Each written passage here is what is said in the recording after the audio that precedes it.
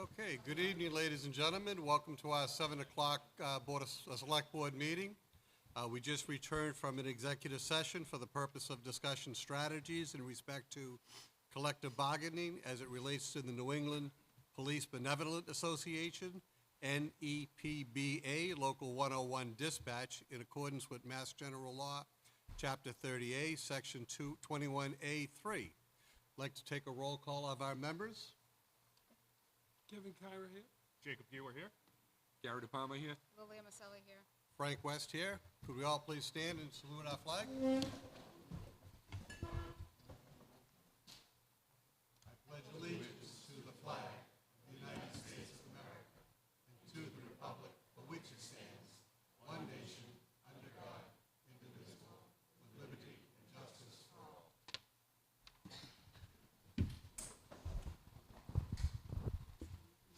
Okay, again, good evening, everyone.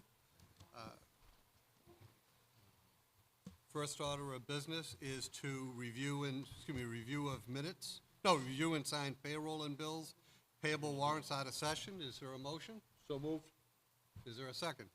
Second. Second. Any discussion? All in favor? Anybody opposed? No. Okay, thank you. Next, approval of minutes from, we'll take them one at a time, May 27th, 2025. Is there a motion? So moved. Second? Second. Any discussion? All in favor? All opposed? Anyone opposed? Okay, how about our minutes of June 9th? Is there a motion to approve our June 9th minutes? So So- moved, Chairman. So moved. Second. Second. Any discussion? All in favor? Any opposed? Nope. Thank you. Okay, appointments. Jamie Magaldi, Director of Department of Public Works, regarding the Lowell Street fields. Good afternoon, Jamie. Or good evening, I should say. Good evening, Mr. Chairman, members of the board. Happy to be here again. For the folks at home that don't know me, Jamie Magaldi, Public Works Director, here tonight with Julie Riemann-Schneider. Julie is from Green International Affiliates, which of course is one of the town's engineering consultants.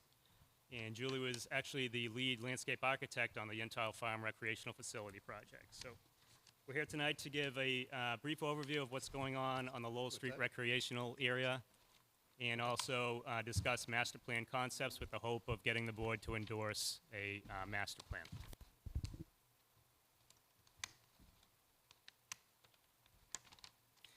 So we realize that you have a busy night here with the school project, so we'll be as efficient as possible. Just want to kind of go over tonight's topics. We'll talk a little bit about project background, and if you recall, I was here about last year to talk about the feasibility study for this project. We'll kind of recap the short-term tasks that were assigned to this project as a result of that, and also the long-term recommendations, one of which was to develop a master plan and take a look at some concept plans for this site for long-term planning. And we'll also talk about the interim use of the fields as this project is getting planned. I'm happy to announce that the field as it is today is definitely playable, and I think that is very important as you move forward with planning the school project. And lastly, we'll talk about next steps and timeline. So a little bit of project background. As you recall, Wilmington entered into a 99-year lease agreement, which began in the beginning of 2024. To use the Lowell Street fields, which is a 5-acre parcel on Lowell Street right adjacent to Yentile Farm. As a part of that lease agreement, we have the right to perform certain improvements to the property without permission from the landowner, such as resurfacing the tennis court, anything minor like that. If we were to do a structural improvement or something permanent, we would need the permission of the landlord per the lease agreement. As far as funding, in the fall of 2023, we received an earmark of $75,000 from the DCR to do field improvements, and we applied that to this project. Part of that money was used toward a feasibility study. We hired Tom Irwin Consultants, who is the town's turf management consultant, to run that feasibility study for us. They took a look at several different items with this property, including determining a baseline of the facilities at the site, looking at the soil biology and the drainage characteristics of the soil. We explored the connectivity to adjacent town land. We looked at the needs of various stakeholders and user groups to gauge what they thought they needed in this parcel. We also took a look at the conditions to support long-term suitability of the site for public use and how it relates to a connection to Yentile Farm. We also, the feasibility study also helped us set the groundwork for our expansion of our Parks and Grounds operational staff from 7 to 8 members, and we did that as part of the FY25 budget, if you recall. So back in April of 2024, I was before you. There's a hidden camera apparently in this room because we took a snapshot of us talking to go over the results of that feasibility study. And this was under the direction of temporary town manager Lou Samaglia. So here's a picture of the site itself, just as a reminder. It's a 5-acre parcel on Lowell Street, very close to the existing Yentile Farm. This picture was taken a few years back, which shows the old softball field on the west side of the property before it's been rehabilitated. There were also 2 other softball fields on the property, which have since been grown in, as you can see. The field to the far right of the screen, or the east side of the field, typically holds a little bit of water in the far corner. And of course, we have an existing tennis court on the northern part of the property with 2 parking areas which total approximately 44 parking stalls total. Here's a more recent aerial view of the property that we flew a drone over the property last year to take a look at the site since it's come along. This was done in the fall, so the field looks a little bit different, but this is essentially the same parcel. A little bit about the environmental constraints on the property, and I'll be turning it over to Julie in a little bit to talk about those, but specifically there's bordering vegetated wetlands on site. It's also riverfront area of the Maple Meadow Brook, and half of the site is within the 100-year floodplain. So it is a challenging site to develop. Just as a reminder, we sought public information through interviews with various youth groups and town departments. Here's just a list of some of the youth groups that we reached out to. Not all of these groups responded to us, but they did have an opportunity to. So we reached out to, namely, Wilmington Little League, Pop Warner, certainly the Wilmington Athletic Department of Public Schools, Youth Lacrosse, Field Hockey, and the Rec Department. And we all, as part of that feasibility study, we sought public input on what they felt the site could best be used for.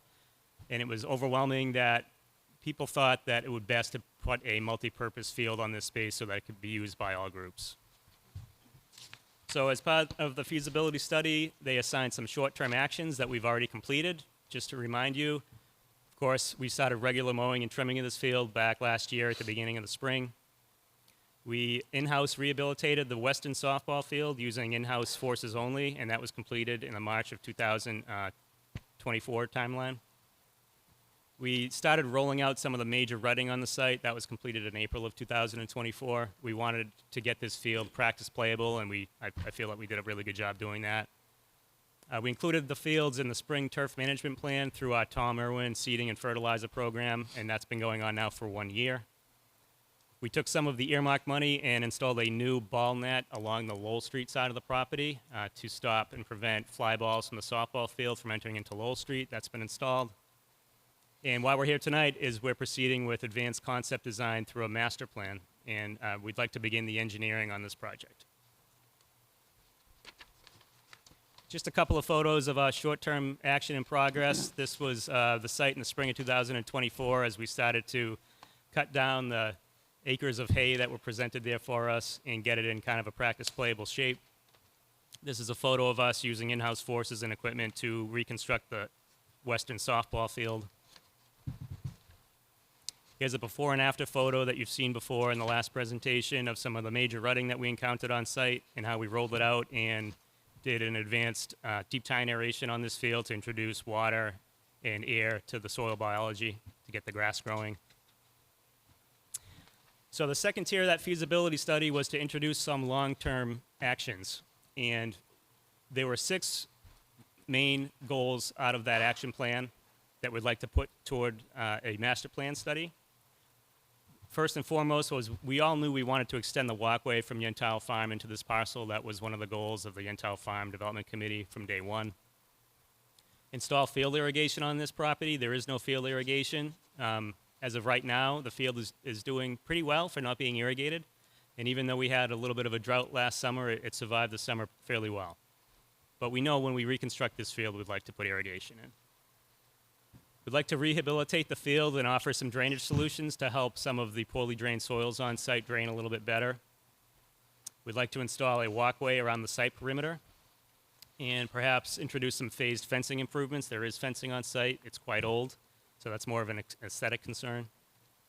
And then, of course, there's always the consideration to expand the parking on the site. There is a chance to do that if we choose to reuse the tennis court area as parking, and you'll see that presented in some of these master plans tonight. So as I stated, we contracted with Green International affiliates to get them on board to present us with some master plans. And their scope included preparing concept plan options for us, meeting with town staff, such as tonight, and also offline through a series of Zoom meetings with internal town staff, including the rec director, the assistant town manager, myself, the town engineer, to kind of narrow down what would really like this site to look like. Green International is also going to outline phasing improvements for the property. The beauty of this project is that the fields are playable now, but we can invest a little bit of money over the next 5 to 10 year capital plan to get these fields in really pristine condition, and we feel like we can phase it such that the fields will still be relatively usable throughout that whole process. And Julie also took some time to prepare a very preliminary cost estimate for each of the phases. And without further ado, I'll turn it over to Julie, and she can start talking about the master plan options. Good evening. Arrows? All right. Okay. So to begin with, what we used for a base for the master plan is based on aerial and GIS data. And you can see the lines on this are all environmental limits. The green lines are the wetland, bordering vegetated wetland limits, and the pink line is the 100-year flood zone. We do have contours based on these things. They're not 100% accurate. So going forward with the engineering, an on-site survey would need to be done. So we looked at, I'm not sure how many, probably like 8 or 9 different plan concepts, and we just tried to fit as much as we could on the site in different arrangements. And so I just chose a few because they're different. Then we discussed them with town staff and came up with a preferred option. So one of the things we looked at was how to maximize the efficiency of the parking and provide a way to get through the parking so you can enter the parking lot, drive through, and exit the parking lot. The way it is now, it's only single loaded and one entrance. So this plan shows that the existing driveway entrance for the small lot that's near Maple Meadow Brook would be the entrance to the parking lot, and the parking would be over in that corner, and then some courts, the softball field, and the multi-use field sort of switch locations here from what they are now. And we tried to avoid the wettest area in the site, which is the lower right-hand corner. So this one uses a new curb cut and an exit. So the parking here is just one way through the site. The courts are outboard of that, and then the fields, the multi-use field in the center. And on the left-hand side, the softball Little League field is in the same location, and there's a practice field. This is another one using the existing curb cut and having the parking lot in the middle. So we're just looking at, different options to find something that that would work. And so this is the selected option, which actually we revised a couple times. So the parking is we maximize the parking, and we have the pickleball courts only as like a later phase if they're needed. And so there's a larger parking lot The multi-use field is in the center, and then the softball field, approximately where it's located now, with an overlaid practice field. So one of the reasons this was the selected option is that the fields, the softball, Little League field, and the multi-use field that are the interim fields can still be used while other pieces of the projects are constructed. So the existing field is just a little bit lower than where it's shown on this, the interim existing field is a little bit lower than shown on this plan, but it could be used while the parking lot or some of the other things were constructed. So we also looked at options for permitting and did preliminary cost estimates. And it's a little bit difficult to do cost estimating on a master plan and get the accuracy you need. I just, the prices, the costs that we have might seem high, but we price it as they were all individual projects bid to a contractor. So they all have their own mobilization, contingency, and then phases escalation for each year. So the first phase, so we have a couple years of design and permitting. The first phase is safety and access improvements. The second, the parking lot expansion. The third is the field reconstruction. And the fourth is the walkway and lighting. All right. So this is safety and access, and it's the first thing is creating a crosswalk with a solar rapid flashing beacon and associated ramps and sidewalk to provide a safe crossing for Lowell Street. Also in this phase is emergency call box and the path connection to Yentl Farm. And so we have, in the estimate, I have some pedestrian lighting there, and you can see it here. And then a fence between the softball and multi-use field.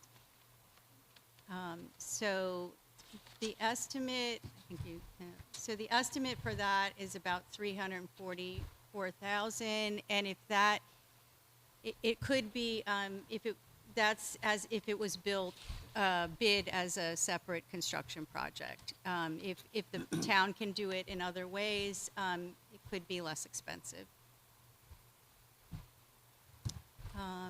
So the next phase could be the parking expansion, and this can be constructed while the interim field is in use. It's separate. Before this can be constructed, the permitting, the design and permitting for the entire project needs to be done, because we looked at balancing the cut and fill on the site, and we looked at some grading options and whether we would be able to permit the project in given the 100-year floodplain and what we needed to fill for the field and what we couldn't fill. So this phase would include some of the stormwater management area and some of the flood compensation. So the cost for this one was about $1,500,000 for the parking lot construction. It also includes removal of the existing pavements. All right, so the next phase is the field reconstruction, and this is a phase where the new multi-use field is constructed. It would be regraded, the base would be improved, there would be new drainage, the irrigation, and then we would do the rest of the stormwater mitigation and replace the fence at Lowell Street.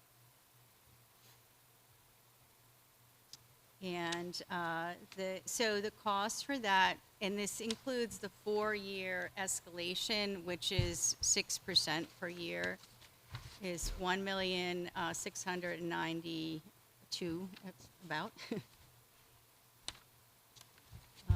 And then the last phase is the walkway expansion and lighting. And so this phase, the construction of the walkway that connects things throughout the site, it would include bleachers, and we've included site lighting and also athletic field lighting for both fields. And this one with a 5-year escalation is $1,482,860.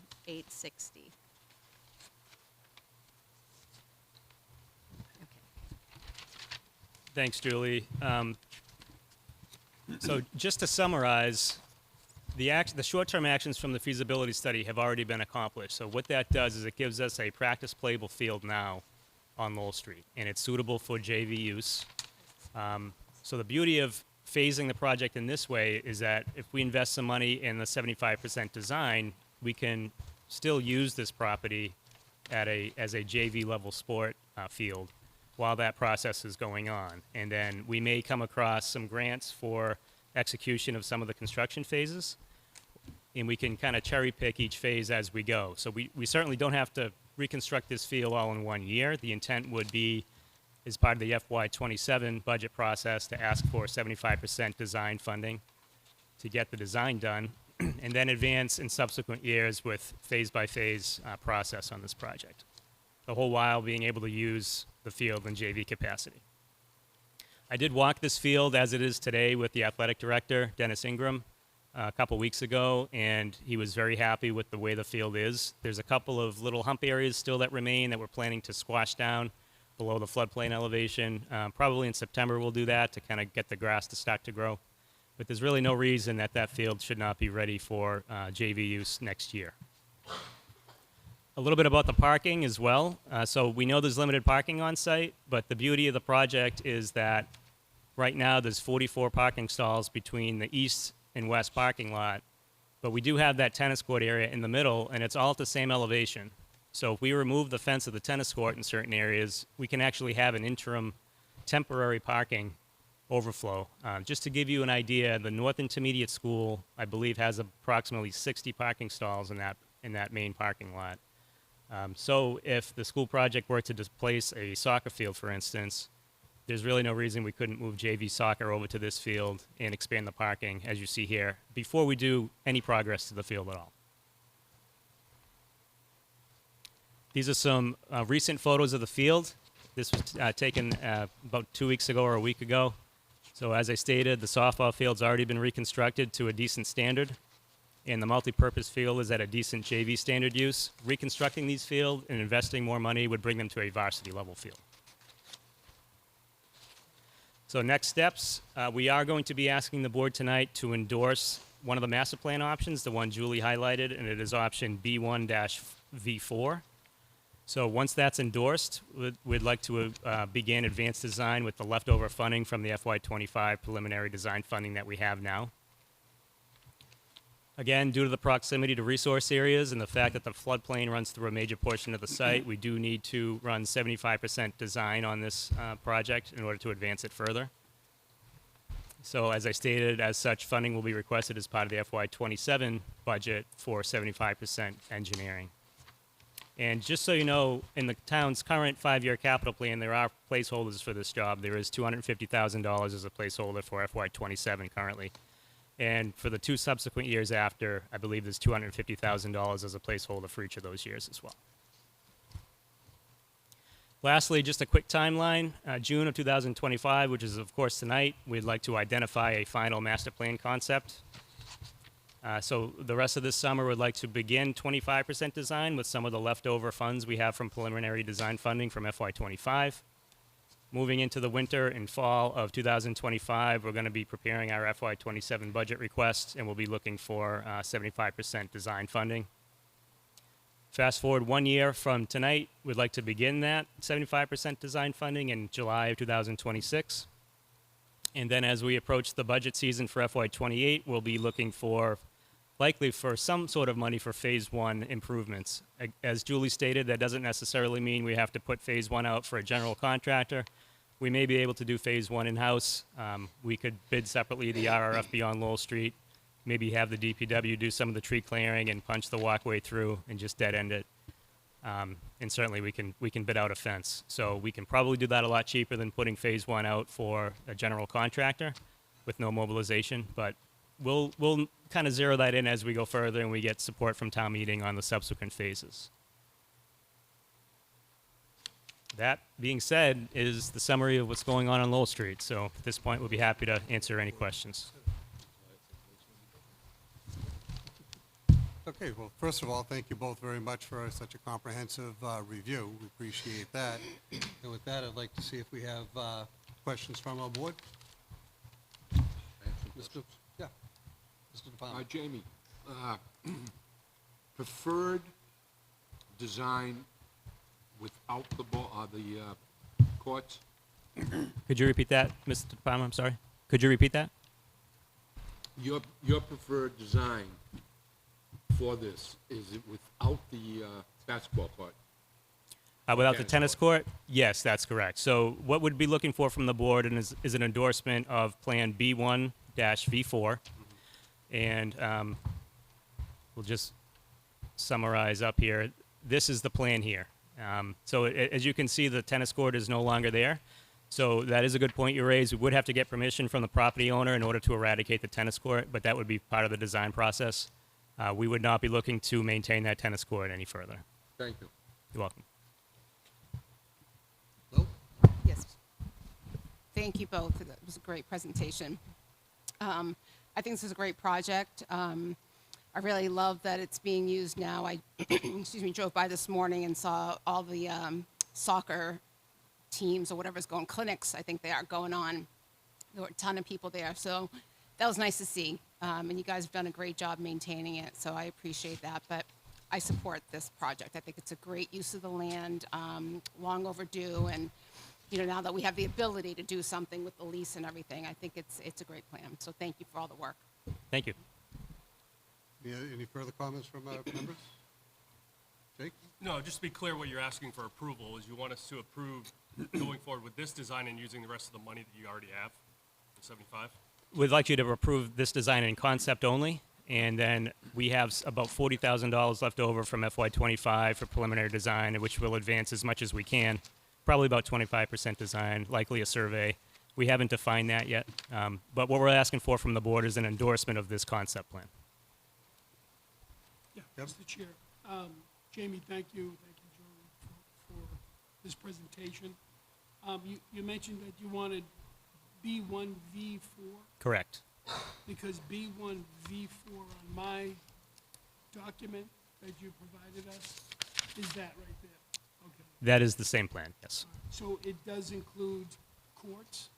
So what you see there, that's a great question. What you see there is we didn't talk about a potential Phase 5 down the road.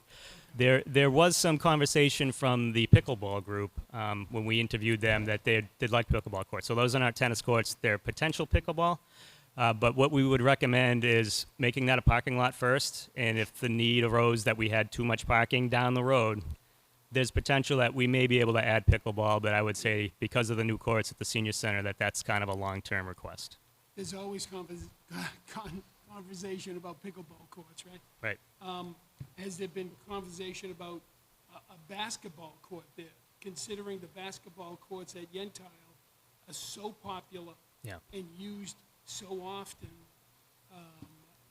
Can that be a combination of a pickleball court and a basketball court or a tennis court, as you're doing other combinations with the softball field can be a Right. small soccer field? Can that be converted?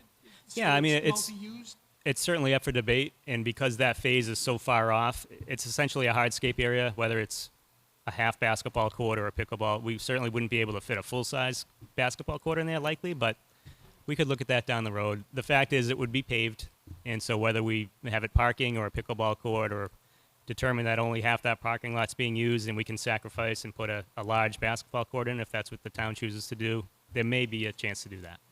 No, I think it's great, utilizing every aspect of that facility, which is really what the N-Tile committee that you served on and Judy O'Connor was the chair of, really wanted to include this portion. Finally, on the parking, we have currently 44 spaces. Between What the would two- that increase to or not? It's about 100 and, in this drawing, it's 114, and it might change a little bit because of the permitting and balancing the cut and fill and the flood compensation, but around 110, That's great. yeah. And for comparison, I believe there's about 100 at Yentile Park. So just to put it in comparison. Thank you both. Thank you. Is there any further comments? I'd entertain a motion to accept the DPW's director's request that we endorse master plan, preferred concept plan B1, V4. So Is there a moved. motion? Mr. Farmer, is there a second? Second. Lil, second? Okay, any further discussion? All in favor? Okay, no opposed. Thanks, Jamie. Thank you very much. Thank you. Thank you. Thank you, Jamie. Keep the ball rolling, Jamie. Thank you very much, both of you.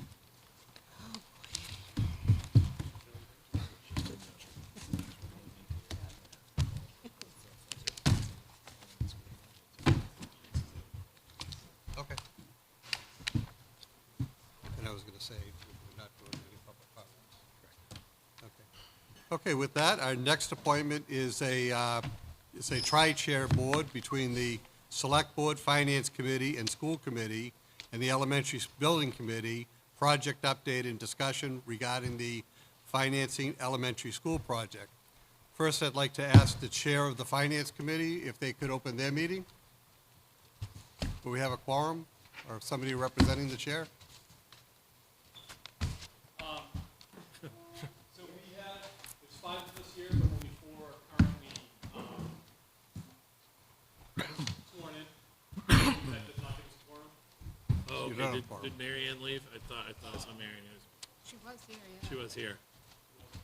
But We can Okay. do that when Mary Ann shows up. if you'd like. Yeah, she took a left, maybe she went to the news. That said, we'd like to have the school committee chair, if you could open your meeting, sir.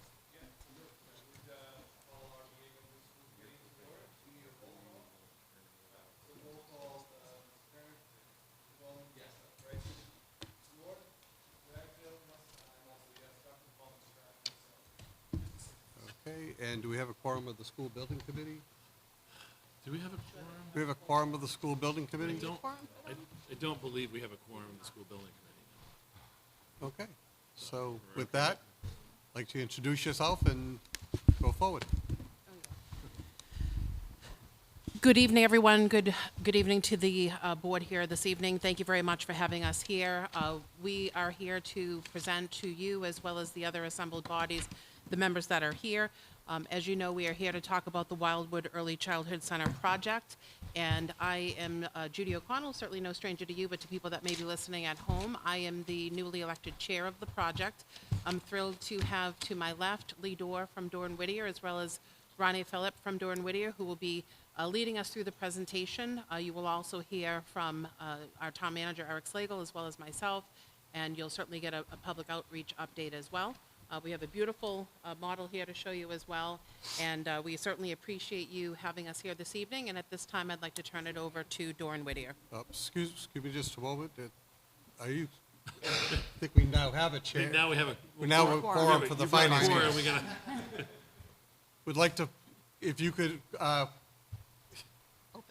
open the finance committee into, if you have a quorum, you could open the finance committee into an open session.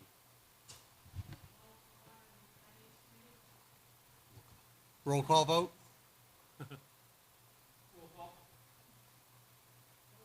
Roll call vote, please.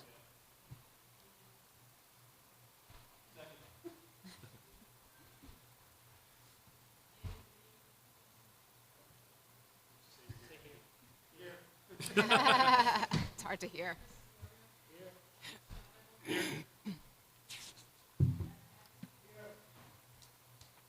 Okay, Finance Committees, I believe Joe Levino was here as well. okay. The other, okay, Thank you. so we're all in quorum and open. The other thing I did want to announce is that this is not a public hearing, this is a public presentation. So we'll take questions from the boards, but we'll not be taking questions from the public on this matter, but we will have public comments later on in the meeting. So if anybody has a public comment, they want to stay at that point. Well, thank you and good evening. Evening. Can you hear me okay? We're excited to return. It's been 10 months since we were here last giving an update on this project. Back in August, the school building committee was looking to shortlist options and then recommend a preferred option to move forward into schematic design. That was in August. The school building committee decided to take 2 extra months to reach out to the community, try to gather some additional feedback, and so they made a decision in October to recommend a new pre-K-5 elementary school at the North Intermediate site. And so that happened in October. And then since then, we've been working in what we call schematic design. And we are going to take you through that process to give you an update of what's happened since.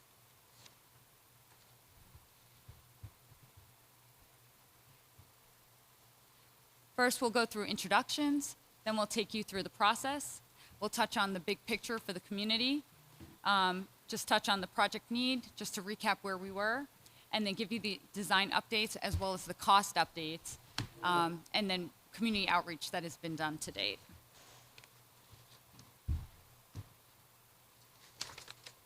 So the town of Wilmington and the school committee partnered with the MSBA to pursue a pre-K-5 elementary school project. The school building committee, referred to as the SBC, worked with the project team. And in the most recent phase, schematic design, the SBC voted to move forward with the construction manager at risk for the project delivery method and procured Fontaine Brothers as the construction manager for the project. That happened in February of 2025. The school building committee also looked at moving forward with Left Field as the owner's project manager, and that would happen if in the next phase of the project. The school building committee is comprised of representatives of the town, the district, parents, residents, seniors, parents, students. Sorry, no students. Come to that later. But they have been working hard, and as you can see, this is a little different from the one we showed you 10 months ago with the transition of the superintendent. Judy O'Connell here, assistant town manager. She has taken the chair position, and then a couple of members here, for the most part, have otherwise stayed the same.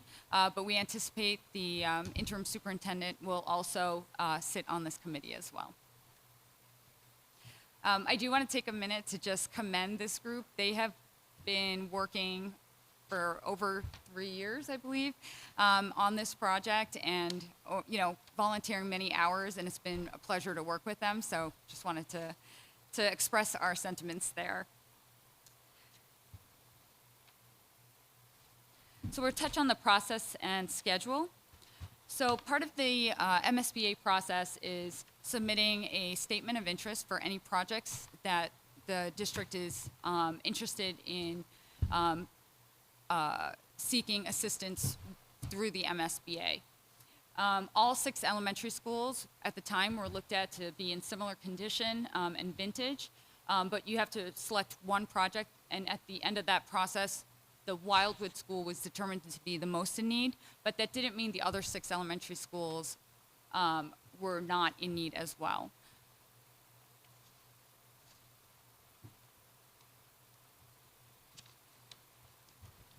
So part of that process was allowing the school to look at the cohorts of students on that side of town. So with the Wildwood project, the MSBA allowed for the study of the Woburn Street and the North Intermediate schools. So it would look at different grade configurations and different sites as well. So this is the process. MSBA, it's very prescribed with the process that we take. And you can see that there's 8 what they call modules. We're currently just finished module 4, which is schematic design.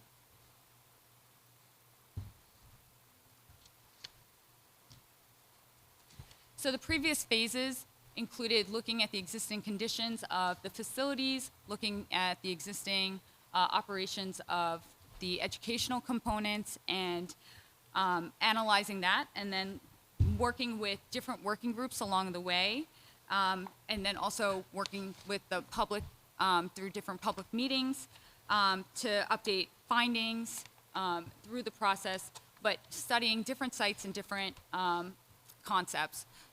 During that phase, we developed 18 concepts on 4 different sites, and we, at the end of that phase, shortlisted that into 9 concepts on 3 sites.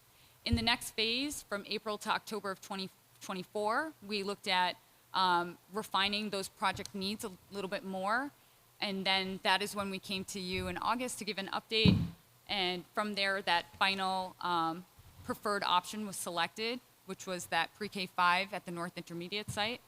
And we put that into the MSBA. That was approved to move forward again. And we then pursued the schematic design phase. It's important to note in this that along the way, we're always doing cost estimates to kind of reflect where we are in the project budget based on the information we have.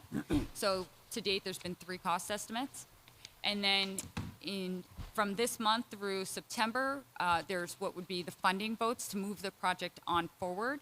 Those funding votes, MSBA actually already had their vote to vote for this project. That happened on June 18th, so that was the first step. And then the second step is the funding votes through the town. Those are scheduled for September 13th and September 16th. And the intent there would be that construction would then start approximately a year after that, and occupancy of the new building would happen in the fall of 2028, with site work completed in 2029. So I'll turn it over to the town manager to take you over through these slides.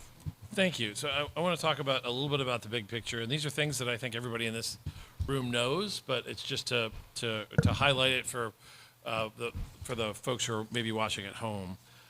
So when we talk about the big picture, we look at the layout of Wilmington. Currently, we have a district with 6 elementary schools, a middle school, and a high school. At the elementary level, our schools have a lot of educational and physical needs. So this project is a little bit different than the other MSBA projects, including the MSBA projects in Wilmington, because we're not just looking for one high school, we're not just looking for one middle school.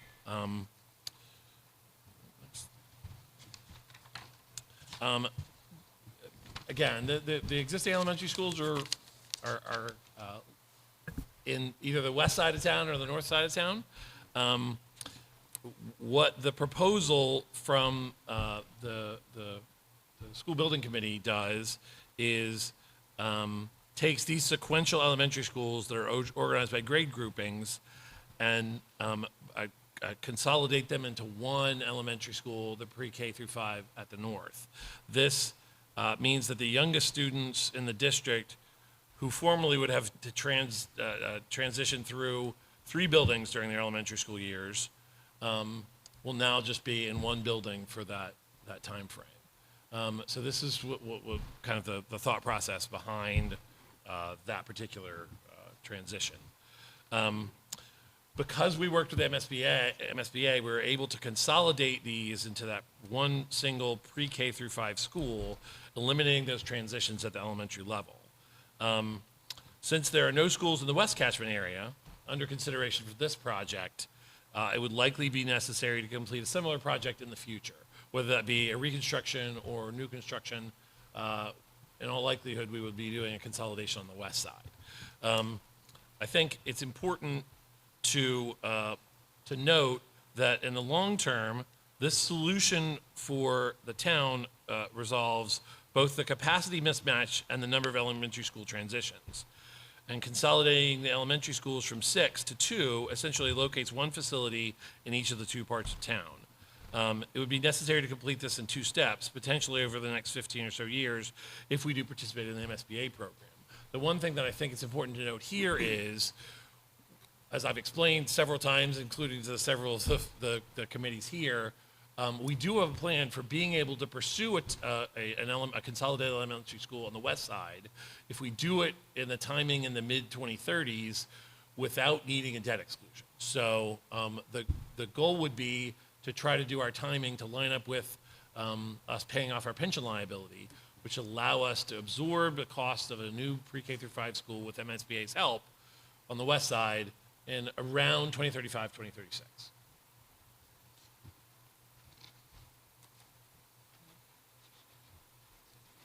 Thank you.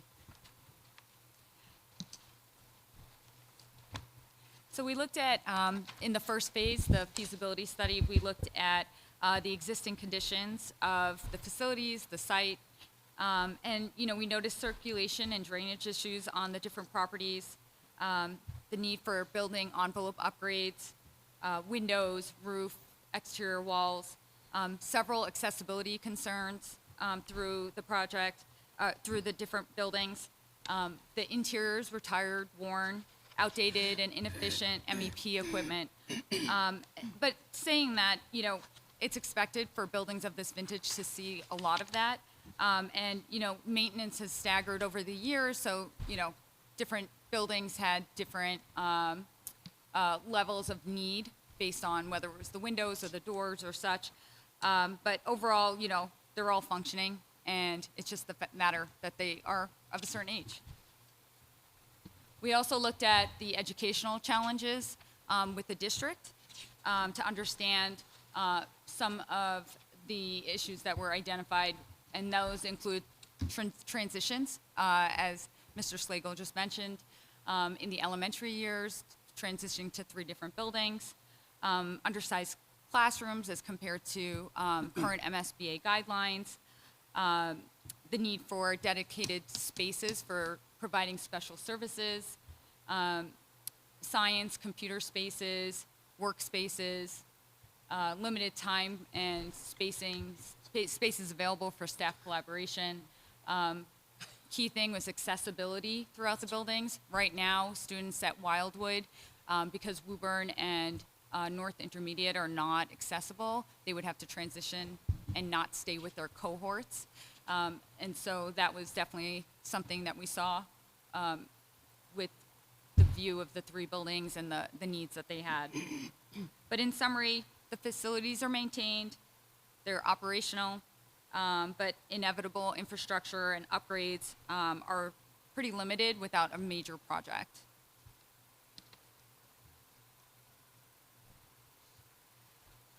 So in summary, we looked at 3 different design enrollments, pre-K, pre-K 3, pre-K 5. We looked at some of the programs and services and the educational components, adding extended pre-K, the STEM program, expanding that. And then we looked at delivering that educational program and meeting the MSBA guidelines for each of those enrollments. We looked at 18 alternatives. Those included the repair only, the renovations, additions, and then new construction options. Those were all evaluated, and then those were shortlisted into 9 alternatives. That then was shortlisted into 1 alternative. The overall project cost ranges on that shortlist were $26 to $214 million. But the project that was selected to move forward was the new pre-K 5.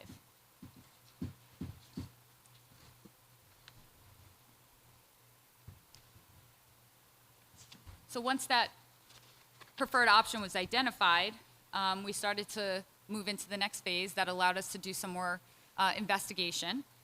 So we looked at different site components.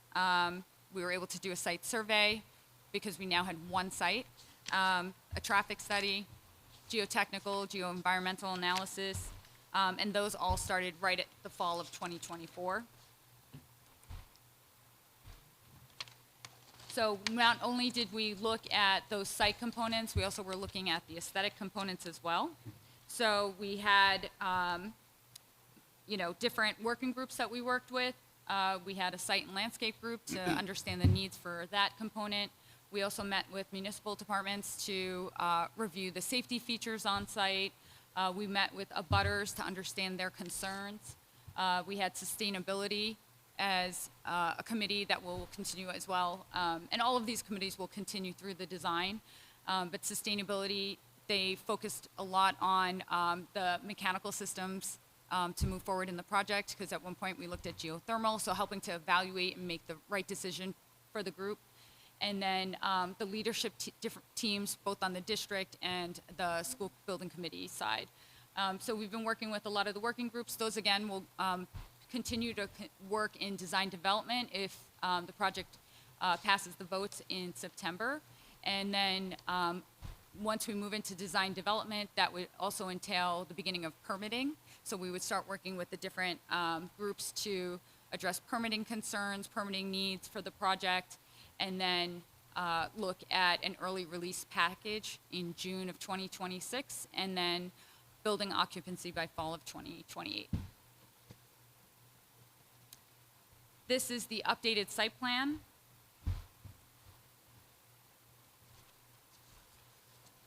So based on the investigative work that was done in schematic design, as well as working with the different working groups, this design was refined from where you saw it 10 months ago. Let me see if this pointer works here. So Salem Street is on the bottom here. Ballard Vale is on the east side. This dashed line here is the existing building where it currently sits. The new school would be proposed on the current fields on the northwest side of the site. The parking is located along Ballard Vale and Salem Street. There are 2 entry points currently, and this had to do with some of the feedback that we heard. The buses will now enter in from Salem Street. There's a turnaround. They can drop off at this entry plaza. This arrow here is your main entry. And this is a entry plaza, so no vehicles would cross this. So you have the buses coming in and turning around and exiting back out onto Salem Street. Vehicles would come in on Ballardvale Street. They would enter the site. They would travel around to this turnaround, come back around, and drop off. So they're on the right side of the drop off, so students are not exiting out on the street. They would exit directly onto the sidewalk. And they would come out exiting back onto Ballardvale Street. There's also a pre-K entry located here on the south side of the building. Obviously with pre-K, those children just can't just be dropped off, so a lot of times the parents are parking, walking their students in. They're the youngest learners, so they're still getting acclimated to what's happening here. And or often teachers will greet the parents and bring them in, so that handoff happens at the front here. There's also a little sensory garden for students that need a little bit more transition time. The areas that you see that have this yellow and salmon color are playgrounds. There's 3 playgrounds that are age appropriate. The one on this side here is the pre-K, closest to the pre-K wing. This is grades K, 1, and 2.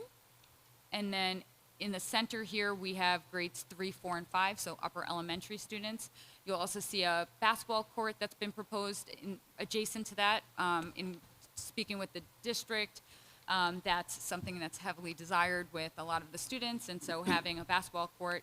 You'll also see that we have shown one, this one is across the road, so there is a second basketball court that's more, it's a test fit really, and in the next phase we'll determine if that will stay in the project or not. And then you'll also see, you can sort of make it out here, there's 2 rectangles. Those are U8 sized soccer fields if it was desired to be used at some point. But there is a U8 soccer field located adjacent to the playground. So all of these would be available for after hours use as well for the community. I just want to make sure I'm covering everything. So parking, there's 190 parking spaces currently proposed, a little over 190. There's outdoor learning communities and those you'll see here in this courtyard space, as well as some of these green areas, open green space. There's an accessible path that is traveling around the site. That's to allow for mobility for students who may not want to be, running around at the playground. They can have walking groups. Sometimes teachers will take students out as well, and also for the staff and the community to use. One of the other things we've also done is added berming and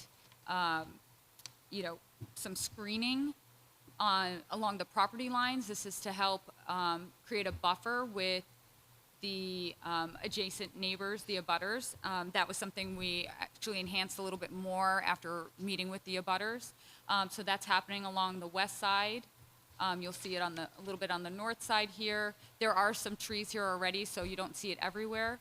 And we'll continue to look at this. We're also adding them here on the east side as well, just to provide that additional screening. And we'll continue to develop that further as we move into the next phase. I will add one last thing. We do have some vehicle gates to prevent vehicles from accessing the entire site. So there are vehicle gates to keep areas secure, especially during school hours when students are using the playgrounds. And that way, this road here could be used as an extended play area if desired, as a hardscape. But the intent really for this road is for fire and police access if there was ever an emergency, but not intended for car use. And that's just this western portion here by the playgrounds.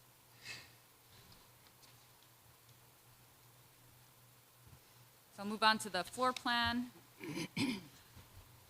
The floor plan had a few updates, but it stayed relatively the same. We made some programmatic changes just to meet the needs of the district as we were moving through. But overall, if you look on the plan on the left here, the bottom left corner is your main entry. This lighter blue color is your administration. You have a larger cafeteria space, stage, kitchen. The orange space is a 12,000 square foot gymnasium in the center of the building. Pink spaces are special education, so either OT, PT, special education classrooms. The blue rectangles here are all the general classrooms. Purple are your pre-K classrooms. On the second floor, you would have your library, and then you would have 2 more grade levels on the second floor, and then on the third floor, you have 3 grade levels.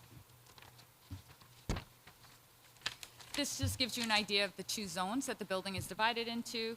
The blue areas are the more public zones, and then the salmon colors are the private zones, which are the grade communities.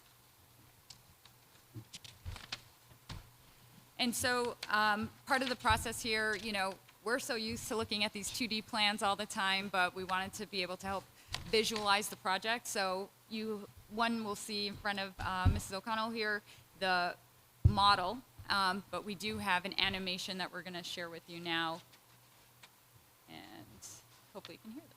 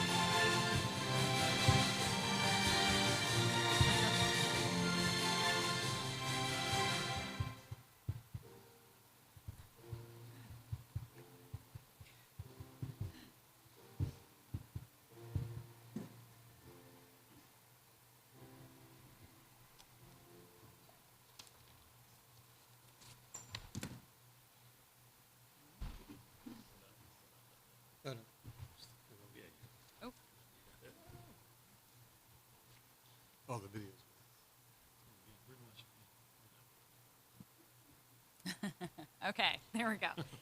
Didn't need to watch it twice. So hopefully that you were able to help visualize the project, kind of understand the spaces more three-dimensionally. And like I said, the model is here as well to kind of highlight the different areas. The building is, certain sections are 1-story, a 2-story, and 3-story building. The security fencing around the different playgrounds, the infrastructure for parking and the access roads, and how it fits into the fabric of the neighborhood that it's in. So, but we'll keep moving on to the cost overview. So as I mentioned earlier, we have done 3 estimates. So at the preliminary design phase, the project that this pre-K-5 project estimated at 194 to 214 million. In the next phase, preferred schematic, it was refined a little bit more, so it went down to about 177 to 196 million. And then now with schematic design, and this is really an important milestone for the project, this is where you will enter into an agreement with MSBA on the funding. So as far as their reimbursable amount and their acceptance of the cost for the project to move forward. So it is a really pivotal point in time right here. And so that's why it is a much more detailed estimate that happens at schematic design. But as you can tell, we're able to put this information together because of the detail that goes into the design. And right now, that project, as of May, when it was estimated, was $173,265,626. That works out to $1,050 per square foot. And this is the project budget. So I just want to clarify, because a project budget entails not only the feasibility study, so what you've paid for to date, but it also includes your professional fees. It'll include all the construction costs, your furnishings, technology, and then any of the contingencies. So all of that is factored in. So this is your cap of what you're going to be spending. And we do put contingencies in this because obviously we're still about 30% of design. There's still so much more. And in the next phase, we'll do even more exploration on the site. We'll do even more work with developing all of the site amenities, the different features in the building itself, how the building is going to operate, and any impacts that may have. So all of that will continue to happen, and it'll go into even greater detail in the next phase.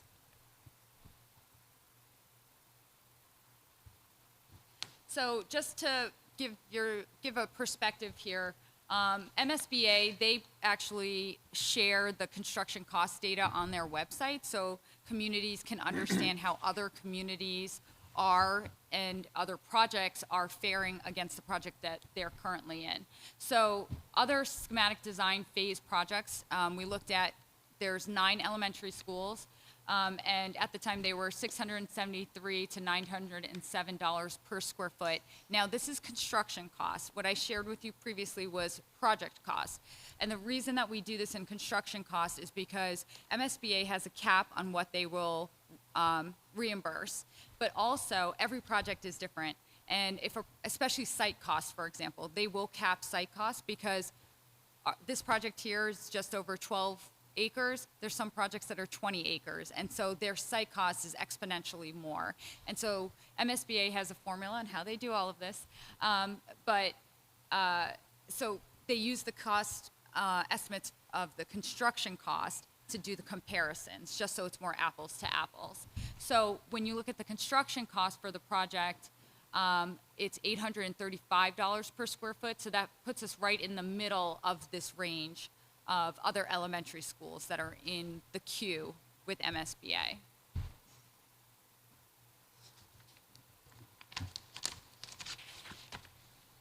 You want to take over? Turn it over. Yes, thank you, Ronnie. So just to talk about the project budget detail. So you can see from the slide, the construction budget for this project is slightly more than $137 million. Our soft costs, which for this project are about a little over 25% of construction, those are the two figures that add up to our total project budget of $173,265,626. Now, as Ronnie was mentioning, last Wednesday on the 18th, we did have the meeting with the MSBA where they officially voted the reimbursement amount and percentage that the town would get. And so our maximum approved grant, which is at 54.78% of eligible costs, gives us a $62,134,000 grant from the state to offset the total project budget. So what's left is the town share. So the town share, after the MSBA's contribution, is slightly more than $111 million. So you can see from the notes, it's we got a higher rate than we expected because the MSBA increased the grant rate. We also that 25.8% of construction does include additional contingencies that we did build into the project in an effort to be conservative given the state of construction at this time and the uncertainties that we do have. We go to the next slide. So here's where kind of the rubber meets the road, which is how are we dealing with the town's share? The proposal that I am going to bring to the select board to put onto the warrant, and that's going to go to the finance committee as part of the special town meeting warrant review, is as follows. The total project cost is $173 million. MSBA has approved a maximum reimbursement of $62 million, which means the remaining $111 million is local costs. My proposal would be that we fund a portion of this project, $15 million, from our capital stabilization line. This will bring down the estimated local share to just north of $96 million. Now, there's going to be a bunch of caveats to the rest of these numbers, so I'll give them all to you now. So, assuming we do a fixed rate 30-year bond, assuming, as our lender has told us to assume, that we get about a 4.5% rate, that's from our lender, not from me. And based on the FY25 tax rates, which is what we know, what has already been set, the estimated taxpayer impact on the average single-family home, which is valued at $702,889, would be $422 per year. So that breaks down to about $35.17 a month. It's, $1.15, $1.16 a day. And that would be a level funded debt exclusion over the 30 years. So the amount that the debt exclusion would not go up or down over that 30-year funding. It is possible that, for instance, we could get a better interest rate than this, and so I'm continuing to have conversations with our lender. I know other towns are estimating a 4% rate, which would change these numbers in our favor. I did, take the conservative rate that our lender gave us to come up with these numbers, because I think that's the fiscally appropriate thing to do. And so that is the kind of the plan that the financing plan that I brought towards to bring to all the boards this evening. I think we have another couple slides, and then we can probably take questions. Sure. We just wanted to touch on the community outreach efforts that the project has been taking on for the last 2 years. So the school building committee meetings, obviously those are public meetings. Anyone can come and participate in those. Community forums, water bill inserts to try to reach as many residents as possible to keep them informed of the project. The superintendent has a newsletter, Wildcat Corner. We've visited the senior center. Would like to go again in the next couple of months. The Fun on the 4th, it was a good way to reach people last year. There's a planned effort to have a booth again this year. The district website has all the information posted, and that stays updated with the reports as well. And there is an FAQ, so there's an email address that I'll put up in a minute that allows anyone who has a question, they could provide their questions to that email address. It'll come to the committee, and then we use that information to update the FAQs so that we could share the information to the public. boards around town with information, townwide communications, and then working group meetings with municipal departments, abutters. We've also met with the town engineer, DPW, the athletics, just anyone we can to try to get some information to help develop the project. And then next steps, we will plan a community forum in late summer, early fall as we get closer to the September vote. The September 13th vote is scheduled at 9 a.m., and that's the special town meeting. And then September 16th is the debt exclusion vote.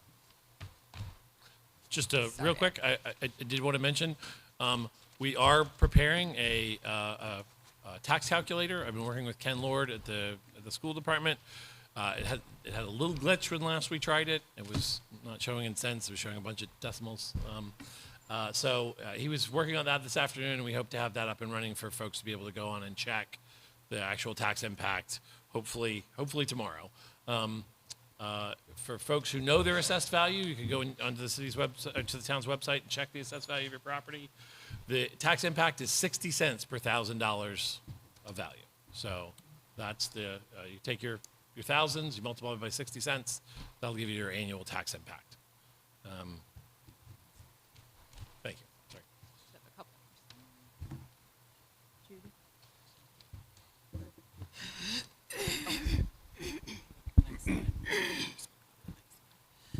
So in closing, just wanted to say thank you very much to this board for having us here this evening. Obviously, there's a lot of information here. We recognize the magnitude of this project, and the biggest thing is to try and stay connected. We recognize that this project is the largest in the town's history, and it's a big endeavor for the town. Certainly, the school building committee received this charge, as has been indicated, multiple years ago.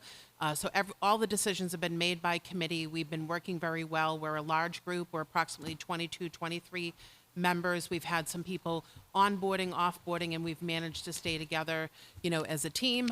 We haven't always agreed on everything, but we've gotten to this point, and there's been a lot of workmanship on the part of many people to get us here. The biggest thing is communication at this point. September is a very important time in the town's history. This project deserves to see the town meeting floor, regardless of how people may vote on that respective day. We certainly respect that people have varying opinions. Obviously, there are many that believe in the value of education and want to bring the appropriate facilities to the town of Wilmington. So how people can stay connected as we move forward is through the Wilmington Public Schools website, and that is shown up here. There is a icon that's to the right on the main page that has the Wildwood School Building project that has all of the updated information.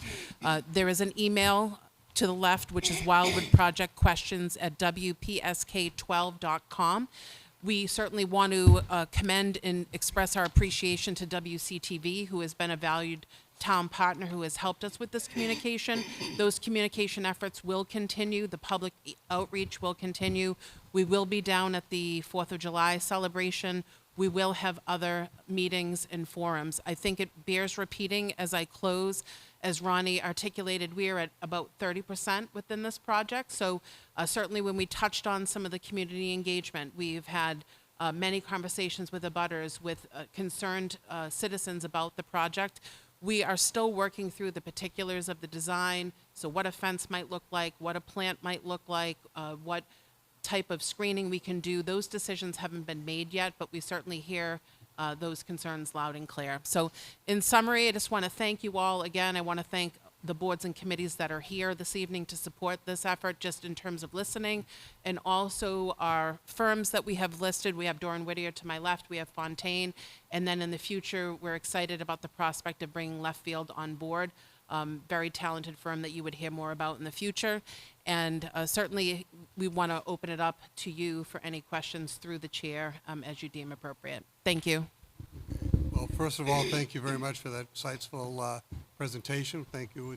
I think it benefited a lot of people in this room, I hope. With that, I'd like to take questions from the board. I think, Jake, you had... Yeah, just a quick question. What is the total contingency in the 173? I've never got a number. I've never seen the actual contingency number anywhere. There's actually several contingencies in the project. They total to about 13%, and there's there's a construction manager's contingency. There's an owner's contingency. There's currently a design contingency on the project as well. And then there's an owner's soft cost contingency. So there's 4 pieces of it. In total, they're around 13, maybe a little bit more than that. I don't have it right in front of me, but in that magnitude. Okay, thank you. Any other questions, comments? Mr. Palmer? Hearing all your numbers and everything, number one, I compliment you. Your group has done a phenomenal job with all the pressure they've been receiving from the community and everything else. And I believe you've showed the community that we can do things in a proper manner. I thank you very much. Question I have is, I'm hearing your numbers. The tear-down costs are also included in that, correct? Yes, they are, for the North Intermediate School. Thank you, that was my question. Okay, any other questions? Ms. Maselli? Yes. Thank you. Thank you for the presentation. It was great. This is kind of through the chair to the town manager. You probably read my notes, so you know what I'm going to ask you. But I'm not cheating on your paper. no. So I just want to go to town meeting. I've been asked this a few times, and I just want to be sure I'm conveying the right answer. So going to town meeting for this vote, we need a 2/3 majority. Is that correct? To borrow, yes. Yes. Right. We're going to be borrowing right, money, so you need right, 2/3, right, yes. Okay. So now, at town meeting vote, if it's a yes, obvious, and the debt exclusion is no, what do we do there? The select board would have to make a determination as to what to do next. Okay. And then if I flip it and say, excuse me, the vote is no, and the debt exclusion is yes, does that even matter at that point? Again, so what the MSBA says is you have a certain amount of time after the votes to sit down, the school building committee sits down, the select board is going to have to sit down and make decisions about what the next steps are. I can tell you what other towns have done. Other towns sometimes say, we're going to have another, the town meeting failed, and the ballot question succeeded, so we're going to schedule another town meeting to see if it'll pass. Or they do the opposite. The town meeting succeeded and the ballot question failed, we're going to try to schedule another ballot question. MSBA wants you to come up with a plan and identify, they won't just let you do it. They say, you have to decide, figure out why, like what caused this to not succeed? Yep. What is your plan to get it to success? And then they have to approve, because we wouldn't be able to do it within the amount of time we have to get these votes. Right. We're gonna have to get MSBA an extension Yep. on their timeline to get that done. The other possibilities are, it's in theory possible to blow it up and take the no and go back and figure out what we do next. Right. But those are the, if they go one way or the other, the town, the select board, is gonna have to think about Right. what is our next. So we'll talk to town council, and Yep. I'm sure they've gone through this a lot more times than we have, so. Sure. I just wanted to kind of get that out there, because my colleagues here probably have been getting that question too, and I think there's just a lot of confusion over, like, if it's yes, it's kind of automatic, if it's a no, it's kind of automatic, and there's so many variables that go into play. There's no, like, direct answer to it. It's, yeah, so I just kind of wanted, thank you for explaining that. And I think it's important to understand why we have to do these two things. We have to go to town meeting to get the authorization to borrow money. Right. If we didn't need a debt exclusion, we wouldn't have to go to a debt exclusion vote. We could just absorb it into the tax levy. But in order to get a debt exclusion, you have to get on a ballot question to authorize a debt exclusion. So that's why we have to have these two separate actions in September. Right. Thank you. And then, second question, sorry. So I think everybody knows I'm in favor of this. I'd like to hear from someone from the Finance Committee on, what you can, maybe some thoughts on it, or, as a committee, just kind of where you're at with this project. Well, Lou, can we go through the board first, and then we can go to the Finance Committee, Sure. if that's okay? Yeah, absolutely. Did you have any other Nope, that was it. Thank you. comments? Yep. Mr. Kyra. Yeah, thank you, Mr. Chair, and I would agree with my colleague, Lil. I think we should not only hear from the other boards, but the residents that took time to be here. I think we should hear from them before public comments, as we've done in other cases like this. I'm going to ask the $62 million question. The town rejected the MBTA housing initiative. This is a state grant. What is the likelihood that this state grant be pulled because the town rejected the MBTA initiative twice? I hate asking the question, but I think it needs to be asked.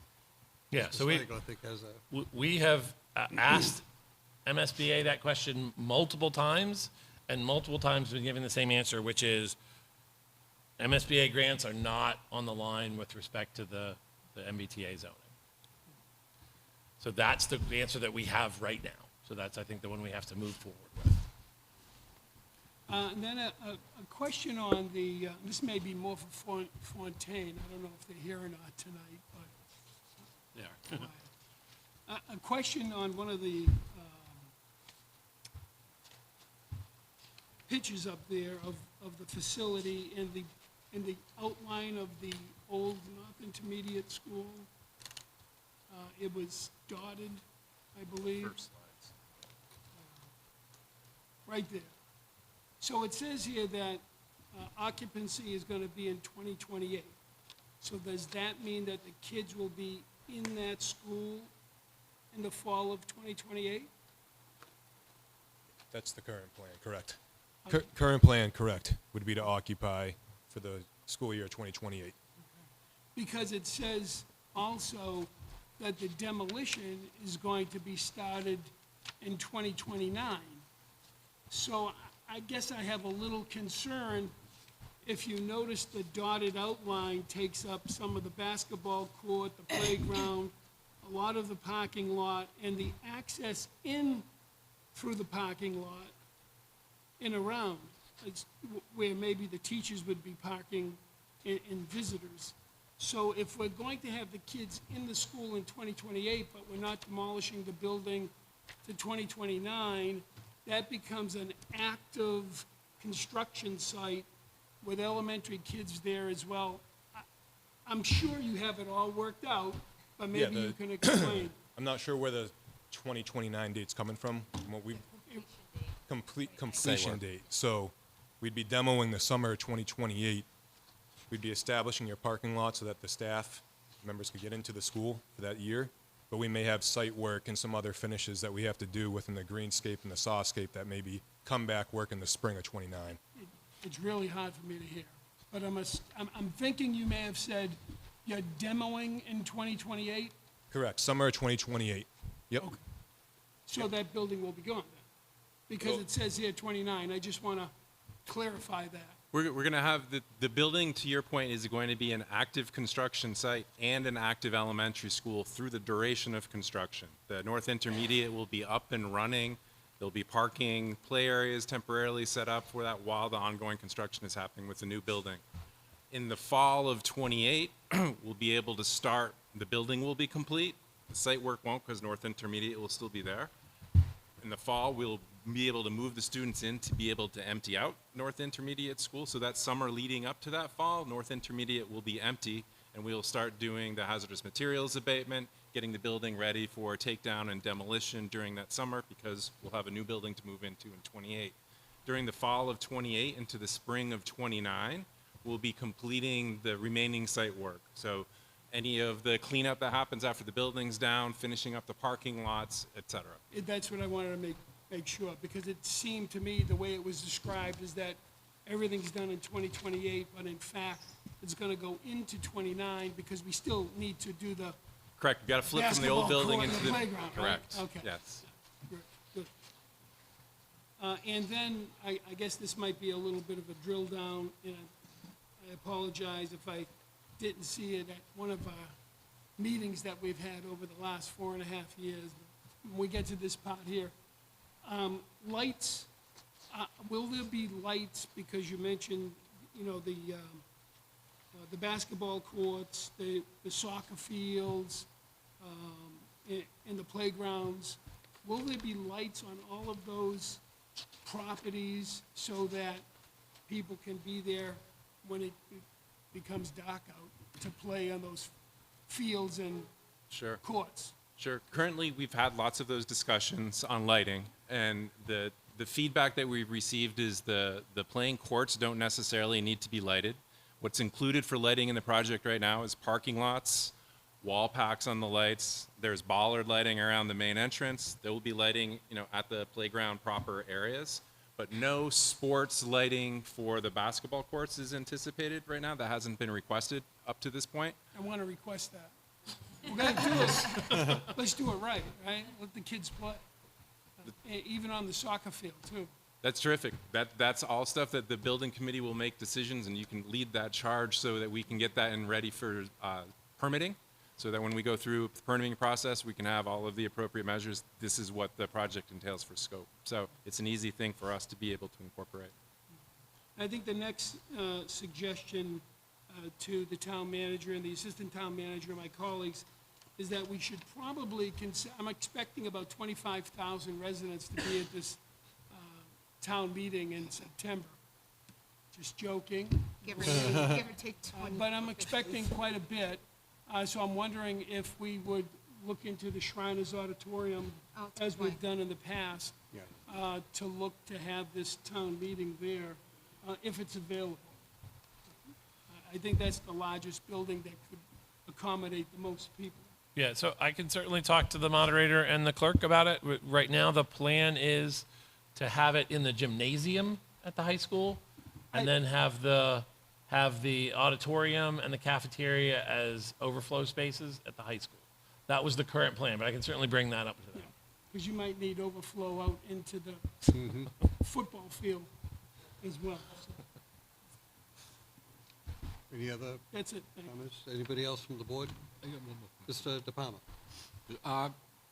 Again, discussing the demolition, what's your time frame on the demolition? It's going to be a... You can lift that microphone up if you'd like, sir.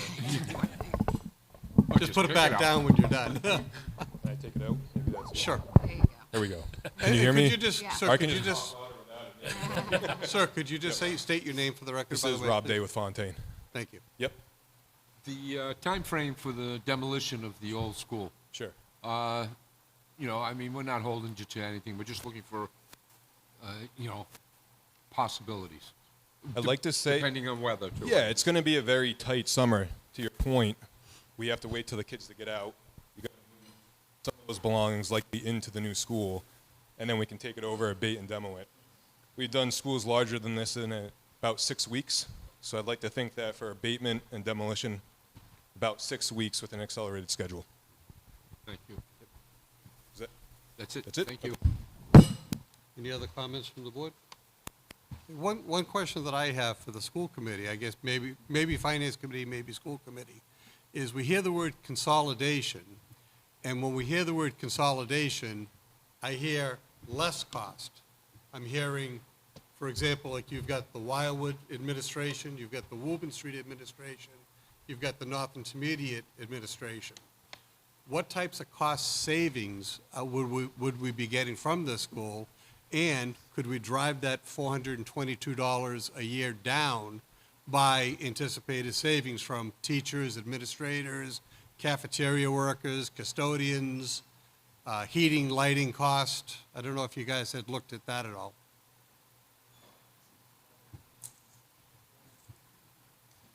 I'll defer to one of my colleagues who sits on this committee. Stephen Turner, School Committee, and also on the Building Committee.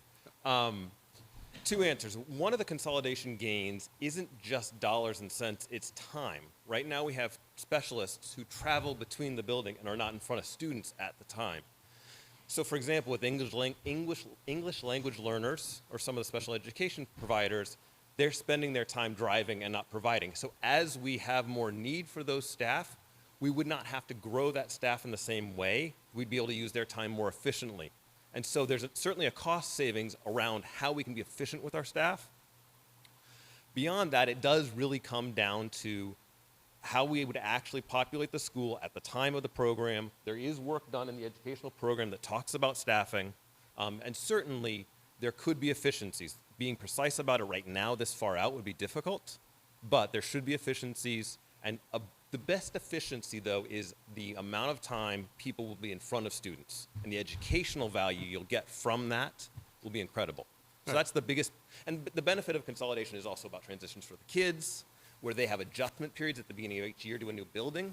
Those things go away, so it enhances the learning experience for the children and enhances the staff's ability to deliver learning across those years. No, and I understand that 100%. But the question that I have is that, are we going to increase our cost having this consolidated school? That, because what I'm thinking is that if our tax bill is going to go up the $422 estimated on average, are we going to have, in addition to that, say an extra couple of $100 or whatever, increased teachers, increased staffing, increased building cost, et cetera, so that the real cost is now, say, $600-700 a year.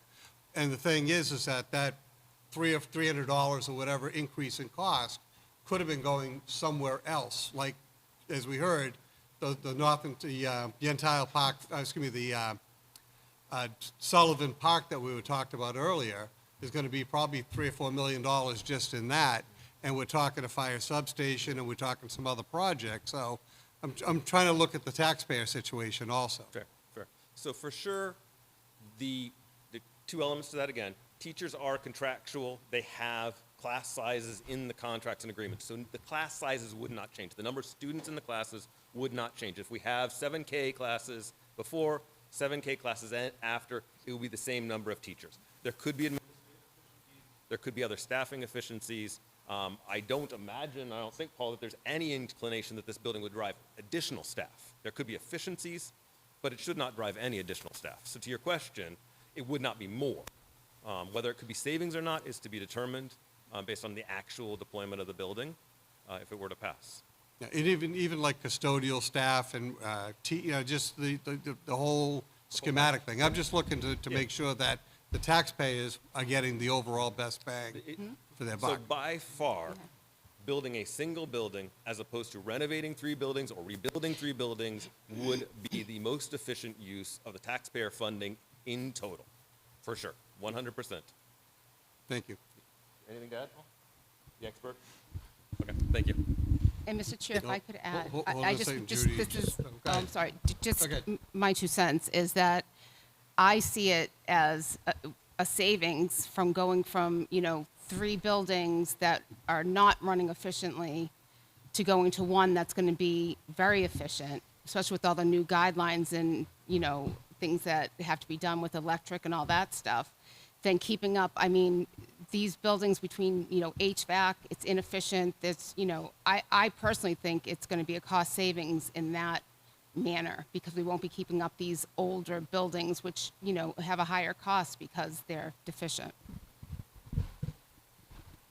To that point, for sure, I was not talking about building costs like HVAC. Right, Absolutely right. agree.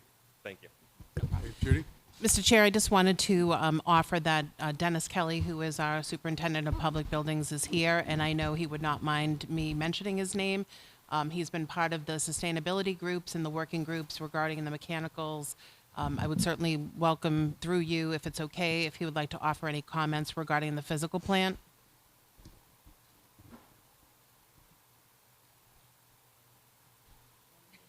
If you just state your name for the record, please. Dennis Kelly, Superintendent of Public Buildings.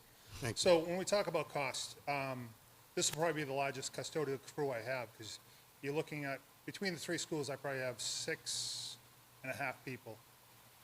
Because of the age groups and the design to have like the pre-K eating in one area and then the calf and the size of square footage, contractually, this will probably be the largest crew I have in any building, even bigger than the high school.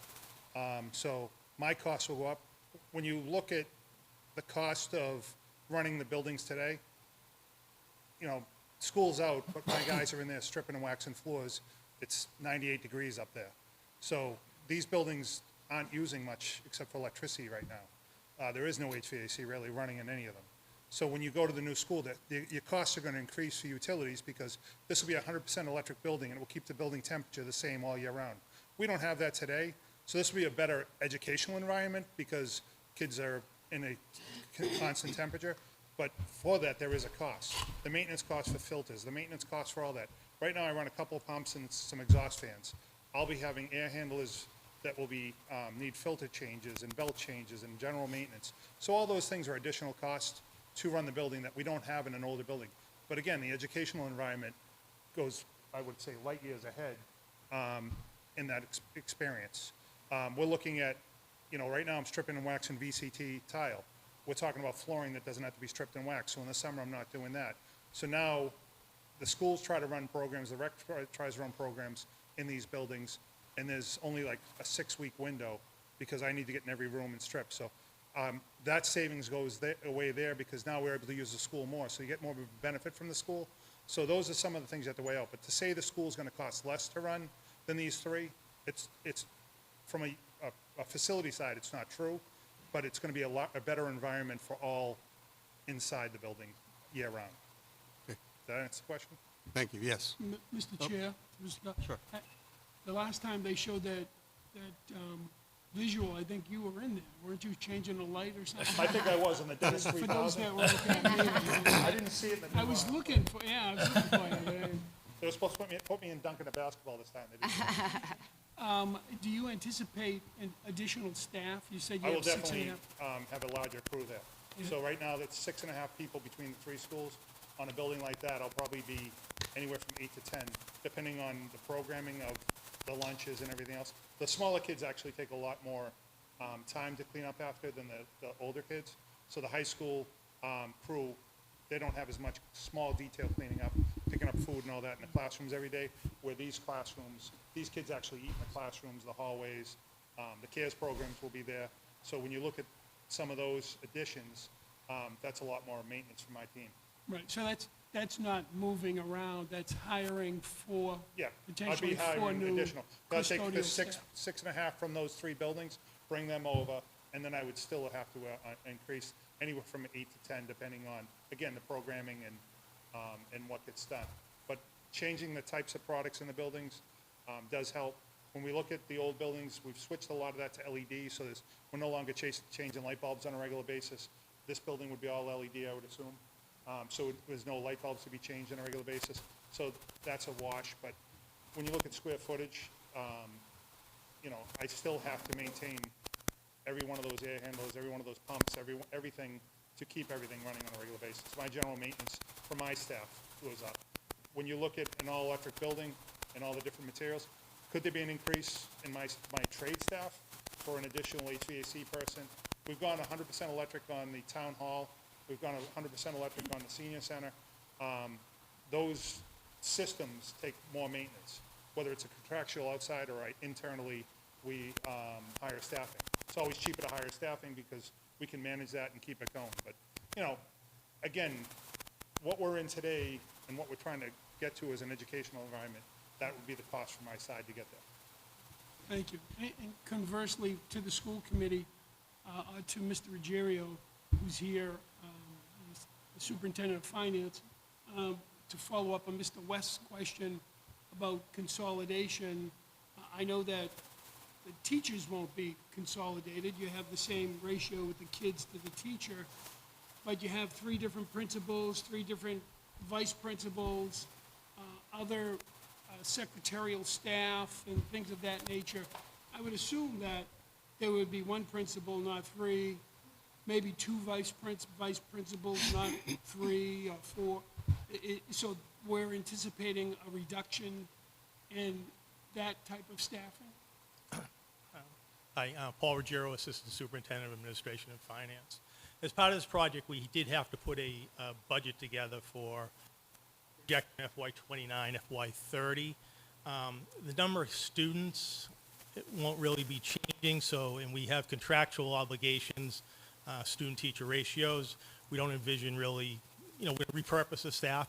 There might be some positions that we added, some that we remove. We have a STEM program that we don't have, so we might need a STEM teacher, but we might repurpose a staff member. you're right, administration, we have 3 principals and so forth. At some point, that's a decision that, we probably don't need 3 principals. We might need more assistant principals than we currently. We didn't anticipate an increase in staffing. Even nursing, we have, right now, we're operating with 2 nurses because we're using both middle school and Wildwood students. They add a nurse, but they might be repurposing someplace else. So there's no anticipation at this point of increasing staff at the school. There'll be repurposing and so forth, and the type of staff will be a little bit different. So you won't have 3 principals. Right, so they'll be repurposed somehow or other, moved somewhere, or, Yeah, I mean, we haven't made those, on paper, that, right, we have to let it play out a little bit. thank you. Thank you, Mr. Chair. Nicholas Golden, 453 Shawshene Avenue. I just wanted to add 2 points to my colleague, Mr. Turner's point about district costs and how this might change that. The single biggest challenge facing school district financing in the Commonwealth right now is special education financing. We do our best in this district to serve those students, but many of them do end up needing to be transported across the Commonwealth, often at great distances. When we look at our long-term budget projections as a district for the schools, the biggest cost driver is special education, is providing for these kids varying and growing needs, often by busing them long distances halfway across the state. Part of the benefit of having a modern facility, I got to tour the building when we were having interim superintendent visits, is that we would have special education facilities that may actually allow those students to be served in district. So rather than busing them all the way to the other side of Boston at the South Shore, we can serve them here in town, keep them in town in our own schools. That, I do strongly believe, and I think the numbers would back it up, would be a cost savings relative to current projections. And I would say, secondly, Mr. Kelly knows these buildings better than anybody. But I will say, I think it's important to acknowledge that when you have multiple buildings, you have multiple fail points, right? Every day, if you have 3 different HVAC systems, one of them could fail. If you have 3 different sets of roofs, one of them could have an issue. If you have one building, you're dealing with fewer places, fewer main vulnerabilities that could cause a Wildwood situation like we're facing in the first place. So I know that was not, you didn't ask me to come up, but I wanted to add those 2 thoughts. Thank you, Mr. Chair. Thank you. Any other comments from the board?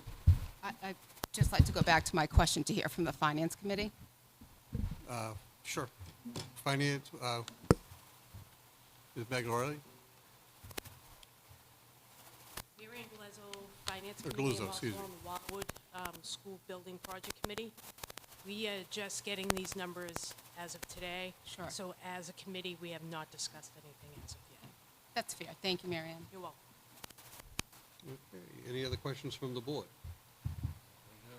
School committee, would you like to make any comments? Was that, or questions? I do have one that I planned before coming here in addition to the one that I just gave. So is it all right if I go again? Thank Sure, you. yeah. So all the hard work to put the town in the strong financial position we are in allows the town manager to suggest putting forward $15 million to buy down the debt costs and kind of keep seniors on fixed incomes from bearing like such a difficult brunt of that cost. But I do think it should be said that if it's possible to move some additional funding into the stabilization fund, keeping money for the North Wilmington Fire Substation, which we know we need, I think bringing that 15 to even 20 or even 25, I thought someone in the room should say it, I think could help get this over the line and help, again, protect the taxpayers, as Mr. West was talking about, Mr. Chair. So Thank you. that's my comment. Mr. Chair. Mr. DePalma? Is the 15 million that's coming the school way through the town, we also have to watch it. It's just not the North Fire Station. We've got a DPW that needs buildings drastically. There's other buildings in towns that we have to keep up. So we have to watch. Now we have to start watching our money, so that we're not going to the residents and saying, we need another 10 million because we've got to repair this, we've got to do this, we've got to do that. So as far as bringing more money in to the project, I can't see how we can do it without taking away from one of the other projects. There's more in town. I support the school building 100%. I've said it 100 times. I have no qualms with it. I love the dollar figure, but we can't just keep, we can't say, well, let's put another 10 million into it and not have the financing together to do what we have to do with the DPW. Or we have rehabs that are going to be coming in. So we have to watch our money very closely. And the figures that we're getting right now, I think the majority of the people, the residents in town, are going to be comfortable with. I know me as a, I'm on a fixed income, I'm retired. And when we were getting these numbers, I actually got excited because I said, gee, I'll have to go to the town manager and get a cup of coffee every day, but it's a great savings. But as far as any more funding being put in that capacity, in that amount, I think we have to watch ourselves very closely. Okay, any other comments from the board? Mr. Turner? Again, Stephen Turner. Going back a bit, I really appreciate the fantastic presentation, and it did touch upon the educational need, but in addition to the buildings, it is really important to come back to the educational piece of it. We have an opportunity. As you can feel tonight in this building, if you're a child in a school the last weeks of June or the first weeks of August, our buildings that the children are in today are like this room. It's hard to learn. It's hard to think and sit through this sort of a meeting, just as hard to sit through a classroom. One value, the value of the spaces of learning, where they're able to learn. We know that some of the facilities and some of the spaces aren't for today's current educational standards. We have so many special education programs that aren't aligned with the way those buildings were designed. They've met their need, they've served the town well, but for the education of our students, for kids that are in a wheelchair, that live on the north side of town, cannot go to school with their next door neighbor. They have to go to the west side of town because they are not ADA compliant. You can't get up the stairs, there's no elevators. So we simply can't serve the students in those sorts of ways. The educational needs, the day-to-day, all of these things would be facilitated with this type of a new building. And so when we think about the children, think about the education, at the core of it, this really does meet those needs. And when we focus back on that, combined with the building needs, combined with the financial planning, it really does solve and help the students for decades to come. So thank you very much for your time. Thank you. Any further comments from school committee? Finance committee? Any comments from finance committee? I always have questions. Just put your name for the... Scott Neville, 215 Chestnut Thank you, Street, sir. member of the Finance Committee. To the town manager, talked about the debt exclusion and it being a level fund across 30 years. How is that, so usually we've seen in our debt exclusions, they go down each year. How is this long-term going to affect the payments on that?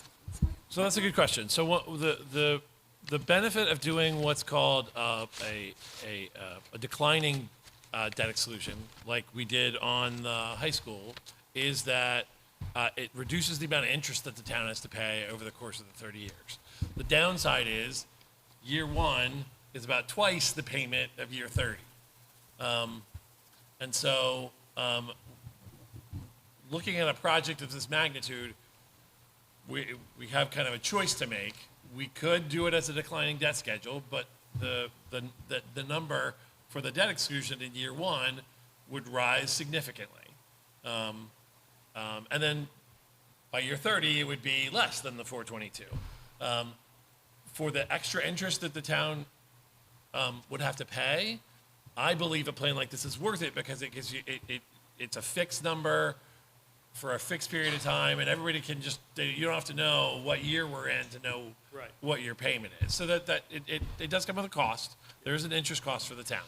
But I think the benefit of being able to have as low a possible a payment in year one and a fixed rate that is, I think, easily accessible to the public, I think kind of outweighs the marginal interest cost. But that's there.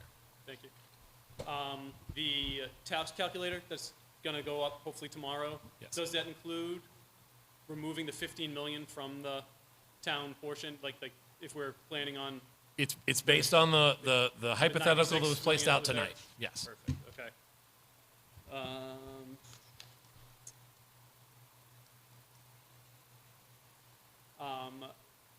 there was the slide of the school layout, where it was different, the different color-coded portions. This is just going back to what Mr. Gold and Mr. Turner just talked about in the special education students, and this kind of caught my eye, was that it was mentioned that the pink spaces are special education spaces. I don't believe our elementary schools were designed for any special education spaces right now. So the amount that you see on this shows you how much space is dedicated to that. And I know when I started reviewing school budgets, the cost to educate a student out of district, which is the choice of the family, is much, much higher than I anticipated. Bringing any of those students back is a cost savings. To go back, Mr. West, Chairman West, you had mentioned about savings in the buildings, and Mr. Kelly came up and talked about that. I do believe the Woburn Street boiler needs replacement. We've put that project off. I believe that was $850,000. I could be wrong on that, but that is a cost that if we don't do the school is going to immediately come up, because that was actually proposed a few years ago, and we pushed it back knowing that this project was going to be discussed.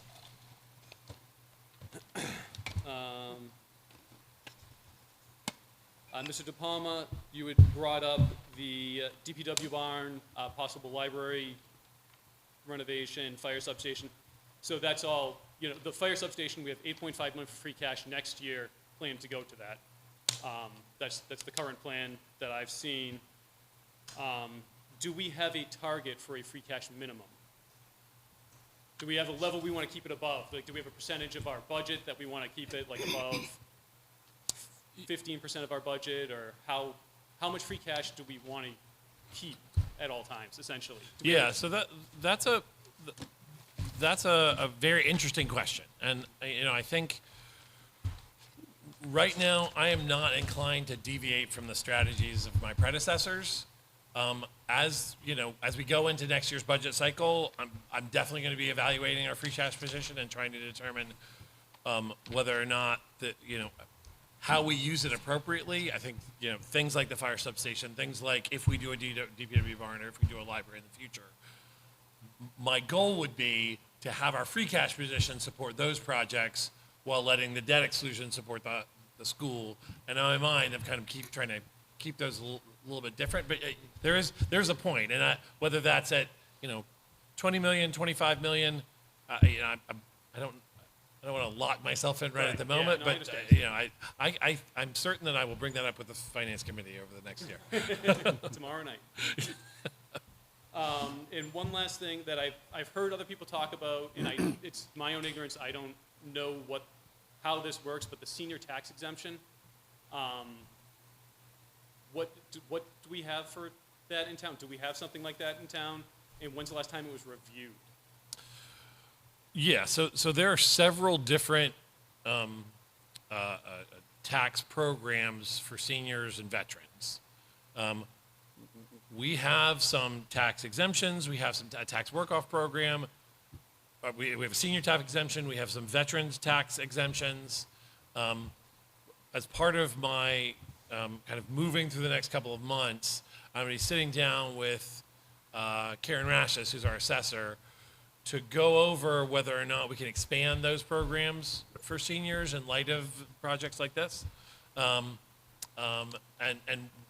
making sure that we're kind of in kind of the appropriate, we're kind of doing what we can for our seniors based on our size and our demographics. So I think I actually already have a meeting on the books to discuss, you know, where we are with the senior tax exemption. And so anything that we did with that would go into effect prior to this debt exclusion going on the books. So that's something that we'll, you know, it's obviously not a decision I make on my own, but it's certainly something that we're talking about. Okay, thank you very much. And thank you to the school building committee for all the work you guys have put into this. Okay.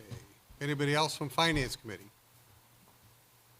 School Building Committee, any other members want to speak on School Building Committee? You look like you know.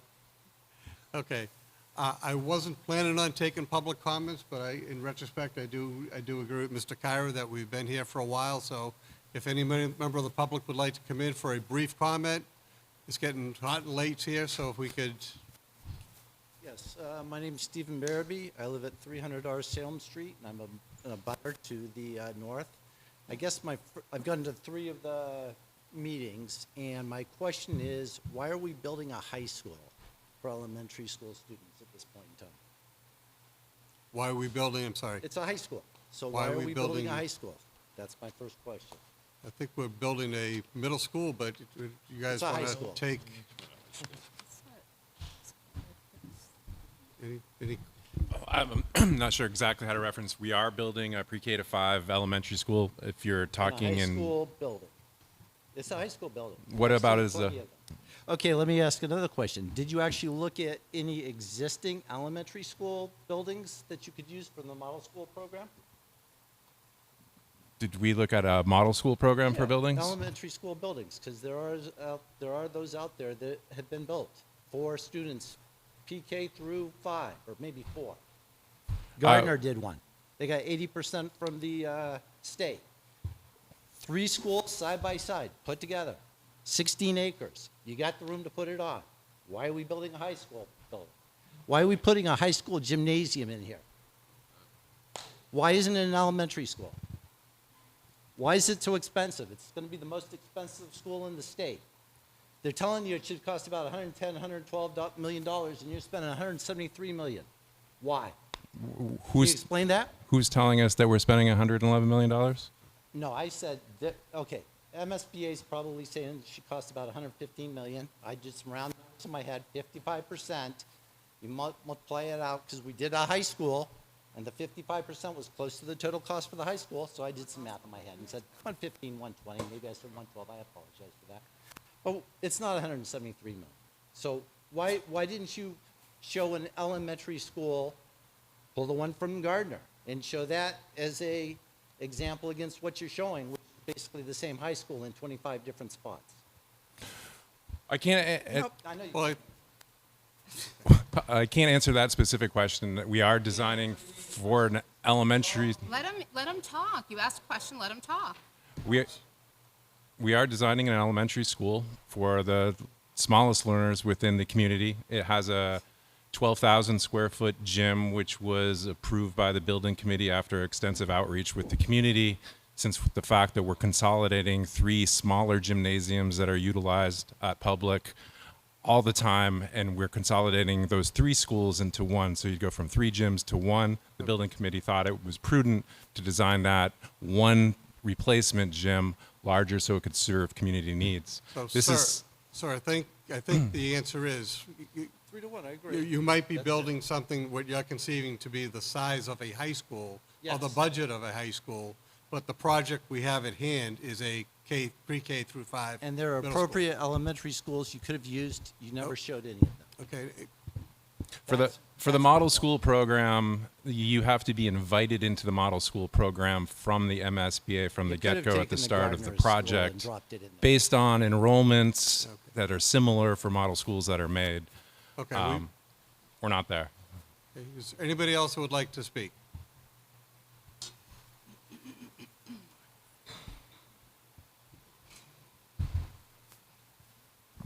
Hi, Michelle Feeney, 5 Arlene Ave.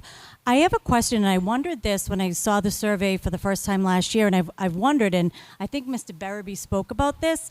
Can someone explain why, for an elementary school, we are building a 12,000 square foot gym?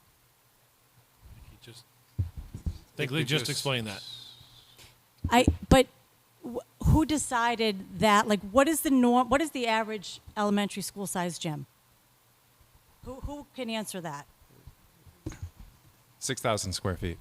So if it's 6,000, do we plan on all grades using it? I want to propose that I believe the reason that the question was put out there to the community is so that it could justify this design. Well, I think Uh, what you're what- doing is. what's if a you high say- school size gym? Excuse me just a moment. I think if you're saying that the average gym size is 6,000 square feet, you're putting 2 gyms on the property to accommodate 6 different grades, technically, pre-K through 7 grades. I think. Correct, and consolidating from 3 gymnasiums down to 1 gymnasium. So I think that's, What is the size of a high school gym? What's the minimum? So a high school size gym is 12,000. What is the average, like I guess for elementary schools, are there usually 3 levels? 3 stories of a building? 3 stories. It depends on the enrollment.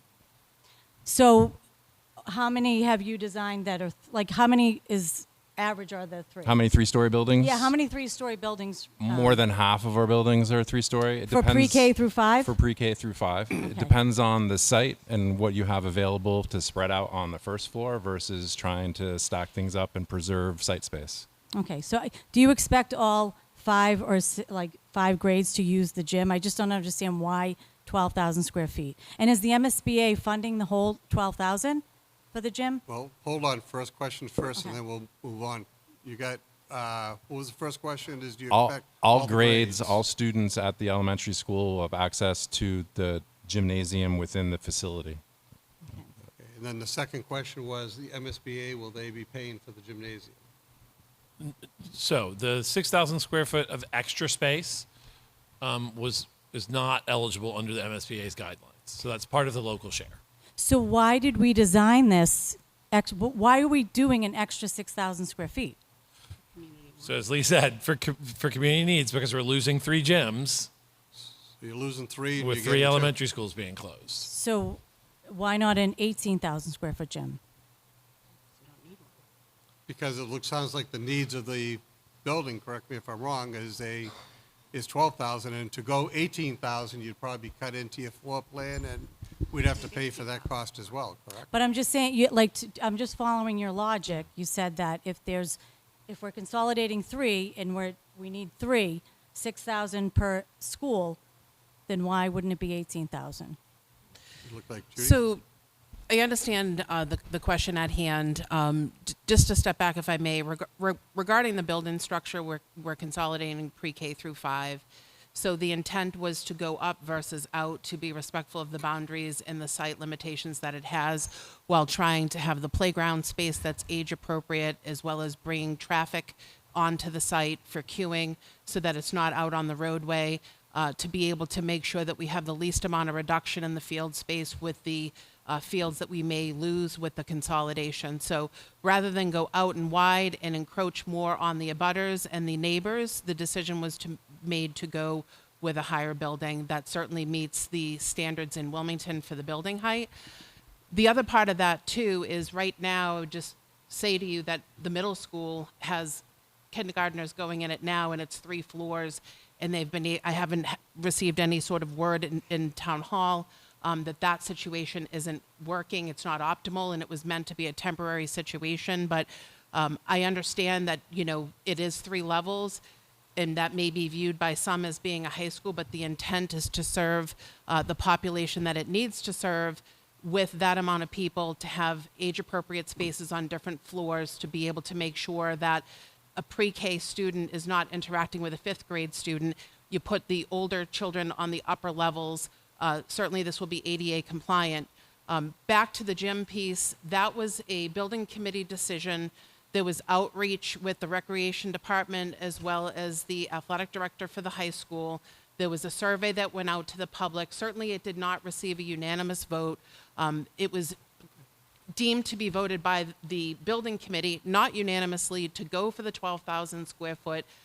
It's designed on the end of the building. It is intended to be a full community space, a full recreation space, to be able to offer even more programs potentially in the future than what we have. So that was a building committee decision that was made. The people that we spoke to felt that it was warranted based on the utilization of the gyms, based on what programs go on what days, on what time, based on the fact that the custodial staff that's available there to oversee it. So it was a judgment call that was made.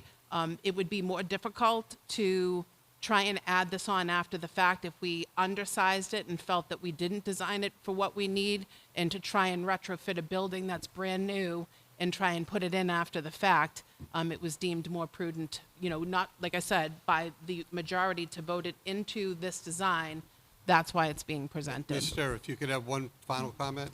Yeah, so I do understand that there were 22 members that voted, and 16 voted yes, and there were 6 that voted no. Are any of the no votes with us tonight? I think I see one. I think Dennis, who spoke earlier, who's the superintendent, was asking questions. Dennis, were you a no? You were a yes?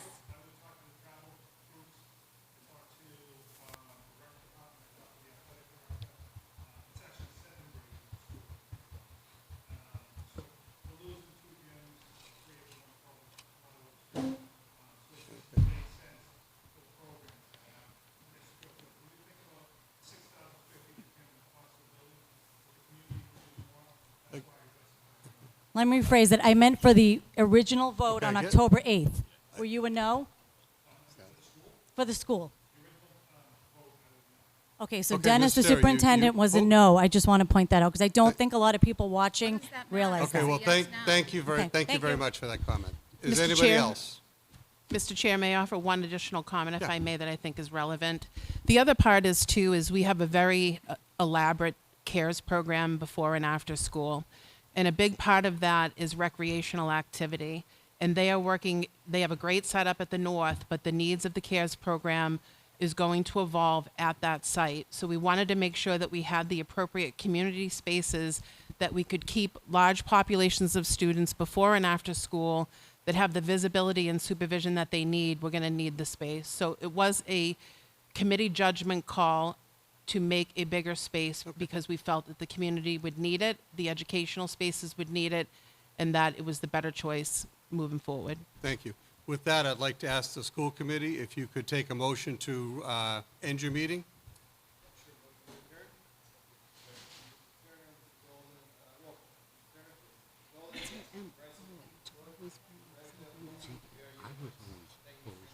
And finance committee, if you could adjourn your meeting, please. Excuse me, Mr. Chair. Oh, I've sorry. had my hand Oh, I'm wiggling sorry. around over here. My apologies. I didn't see. No problem. I was not a supporter of the gym. It's on record. When I heard the 8-point-something million that we were putting into a larger gym, I thought that was foolishness. I'd be quite honest with you. And I was advised that the residents, in the surveys they've taken, were supporting the larger gym. And I heard the defense of we're going to lose 3, we're only getting 1. But what was upsetting me was, with the cost of this school as it is, that all of a sudden we're going to add on 8-point-something million that MSBA is not going to fund, so it's on us. And I was against it. The gym, not the school. As you can see, everything went according to their plan, that they got the larger gym, and I don't want to step in the way of progress right now. Just one Ms. final Maselli, comment. final comment? Mr. Kelly, I believe the resident asked you your original vote in October. What is your feeling now about the schools, if I may ask? Because I think that was an unfair question going back 6 months. And you could be honest. I just Yeah, I have no would like problem to- being honest. Yep. So when you look at, when I got put on the committee a year and a Yeah. half ago, there was some great work done up to that point. As I got on the committee, and I'm sure Eric and Judy felt the same way when they got on, you start trying to look at it and make a decision. So at the time, I didn't agree with a pre-K through 5, and I was one vote out of that whole group. I didn't like the shape of the building and the size of the building. That was my choice. Sure. So I got voted down. And then from there, my role becomes make sure that what we've chosen is something that will function for the town. Got it. So I was one of the ones that voted for the larger gym because I think the community needs it. The athletic department struggles to find practice places and things like that. Yeah. So that all becomes a problem. Then you look at, I started trying to battle, and I know drove Lee and Ronnie crazy at times, and probably the committee, when I talked about how the building's gonna last longer with what materials outside and inside. So that was my focus. But my original Sure. problem was I didn't agree with the size and shape, but once we adapted that was it. We went through 18 choices. Yeah. And yeah. so we had to make a decision at some point of where we were heading, and that's the decision that was made by the committee. We weren't going to go off that decision after that and move on. So Right. now, again, your role changes to how do you make it successful and the best thing for the community going forward. and the Right. most useful for the community and the educational experience and everything else. So I'll get adamant on things going forward of, different types of lighting and different types of things that is where cost comes into maintenance later on. Yeah. But as far as like what we do inside to make it the perfect environment, I'll step back there. But I think for what we've chosen for that site, this is where we're headed. This is the project that would happen. And then somehow would mirror that on the other side of town. But my vote was more on coming into the party late. Yep. And I thought maybe a different shape or things would be good. But this works. I mean, the model we have here, the video they showed us, it all goes to show how this is going to work. And again, we can talk about the older buildings and different things, but we're looking for a modern educational That's right, environment, yeah. and I think this is what this is. Yep.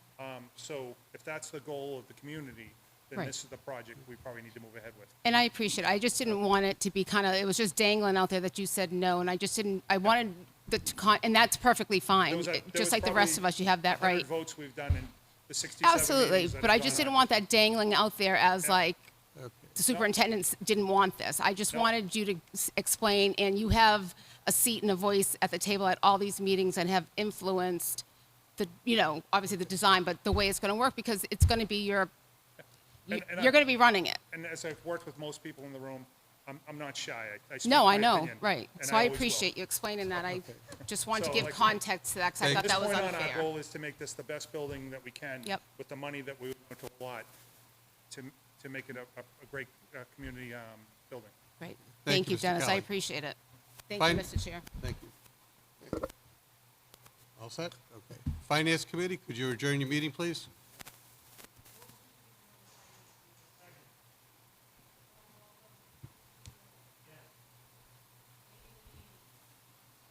Yes.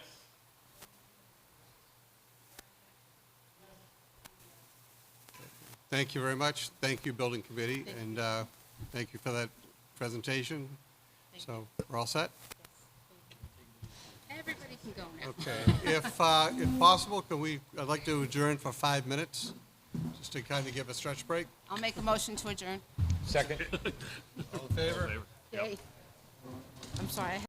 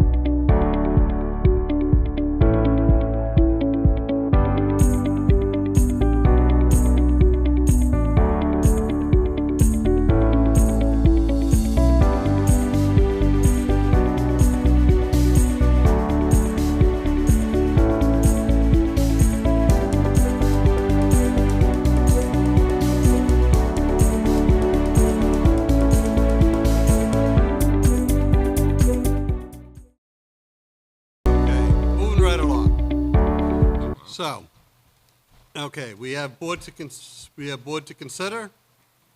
Number 6, we have executing the collective bargaining agreement between the town of Wilmington and New England Police Benevolent Association Local 1 Patrolmen's Union for the period 1 July 2025 through 30 June 2028.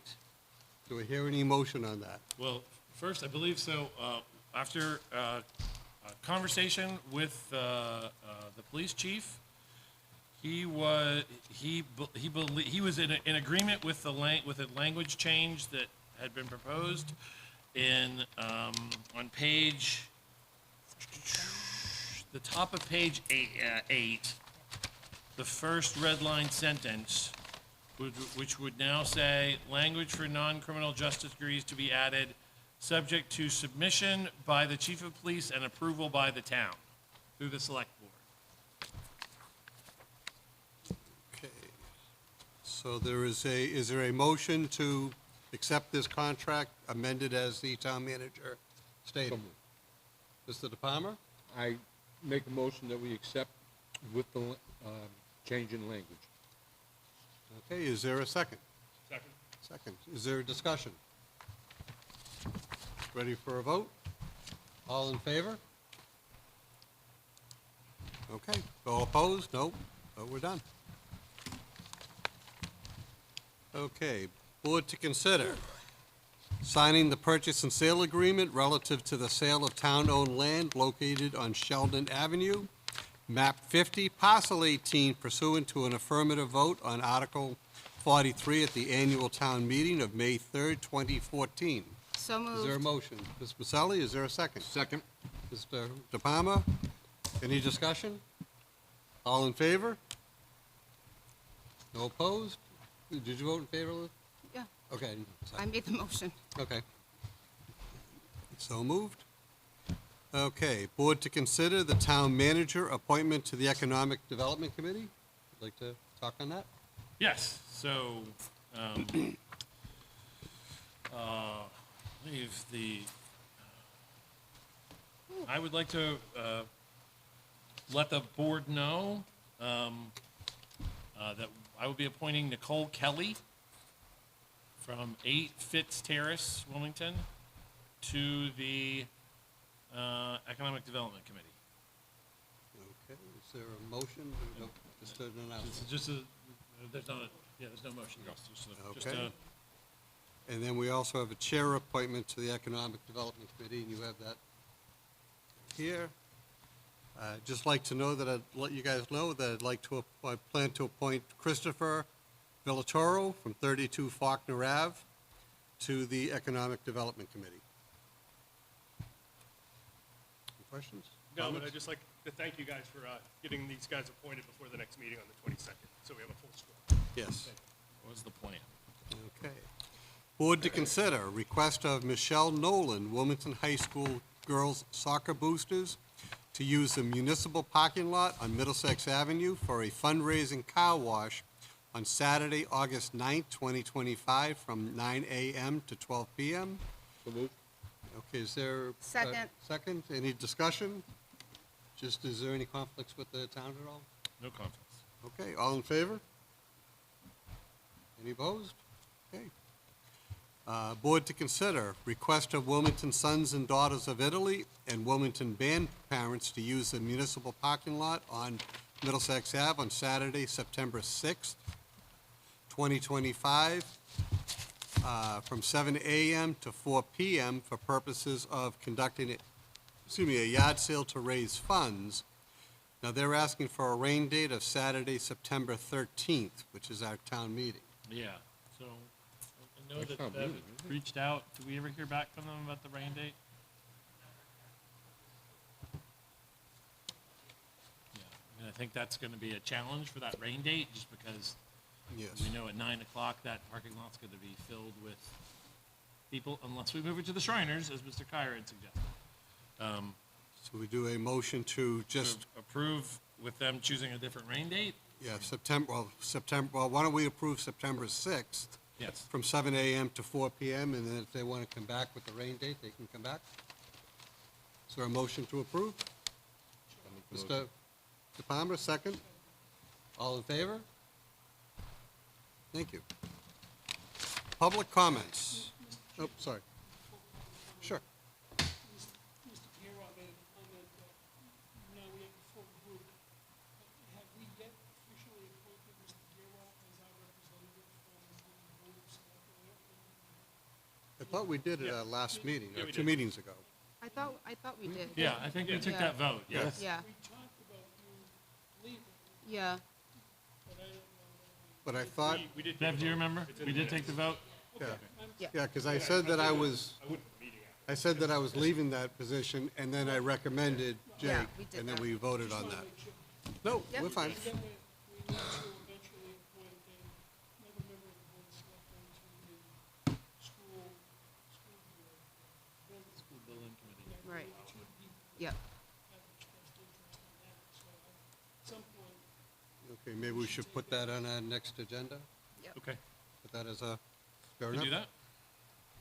Okay, long-awaited public comments.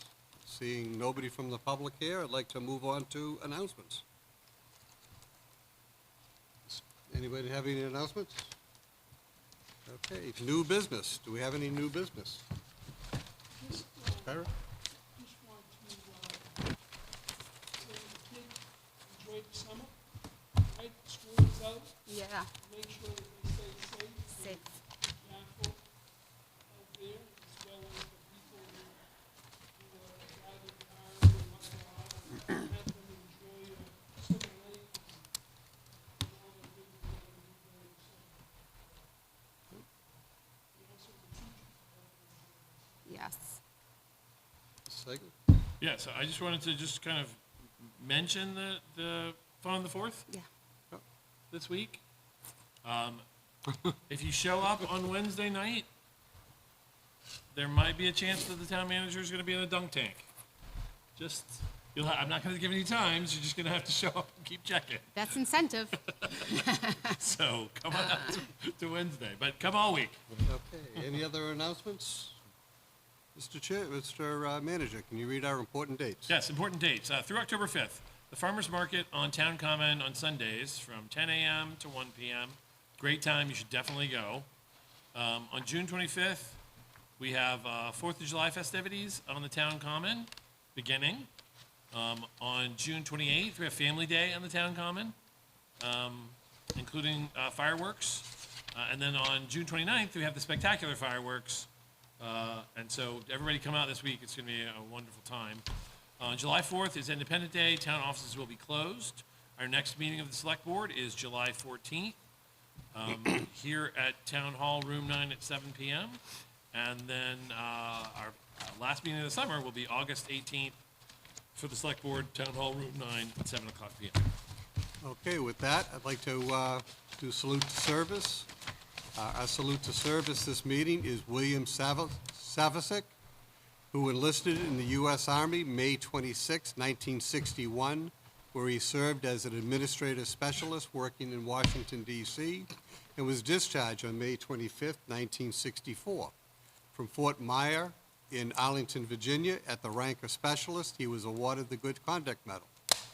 Bill and his wife Diane settled in North Wilmington in the early 1970s and raised 3 children in the house where Bill still resides. Bill is a longtime member and past exalted ruler at BPOE number 2077.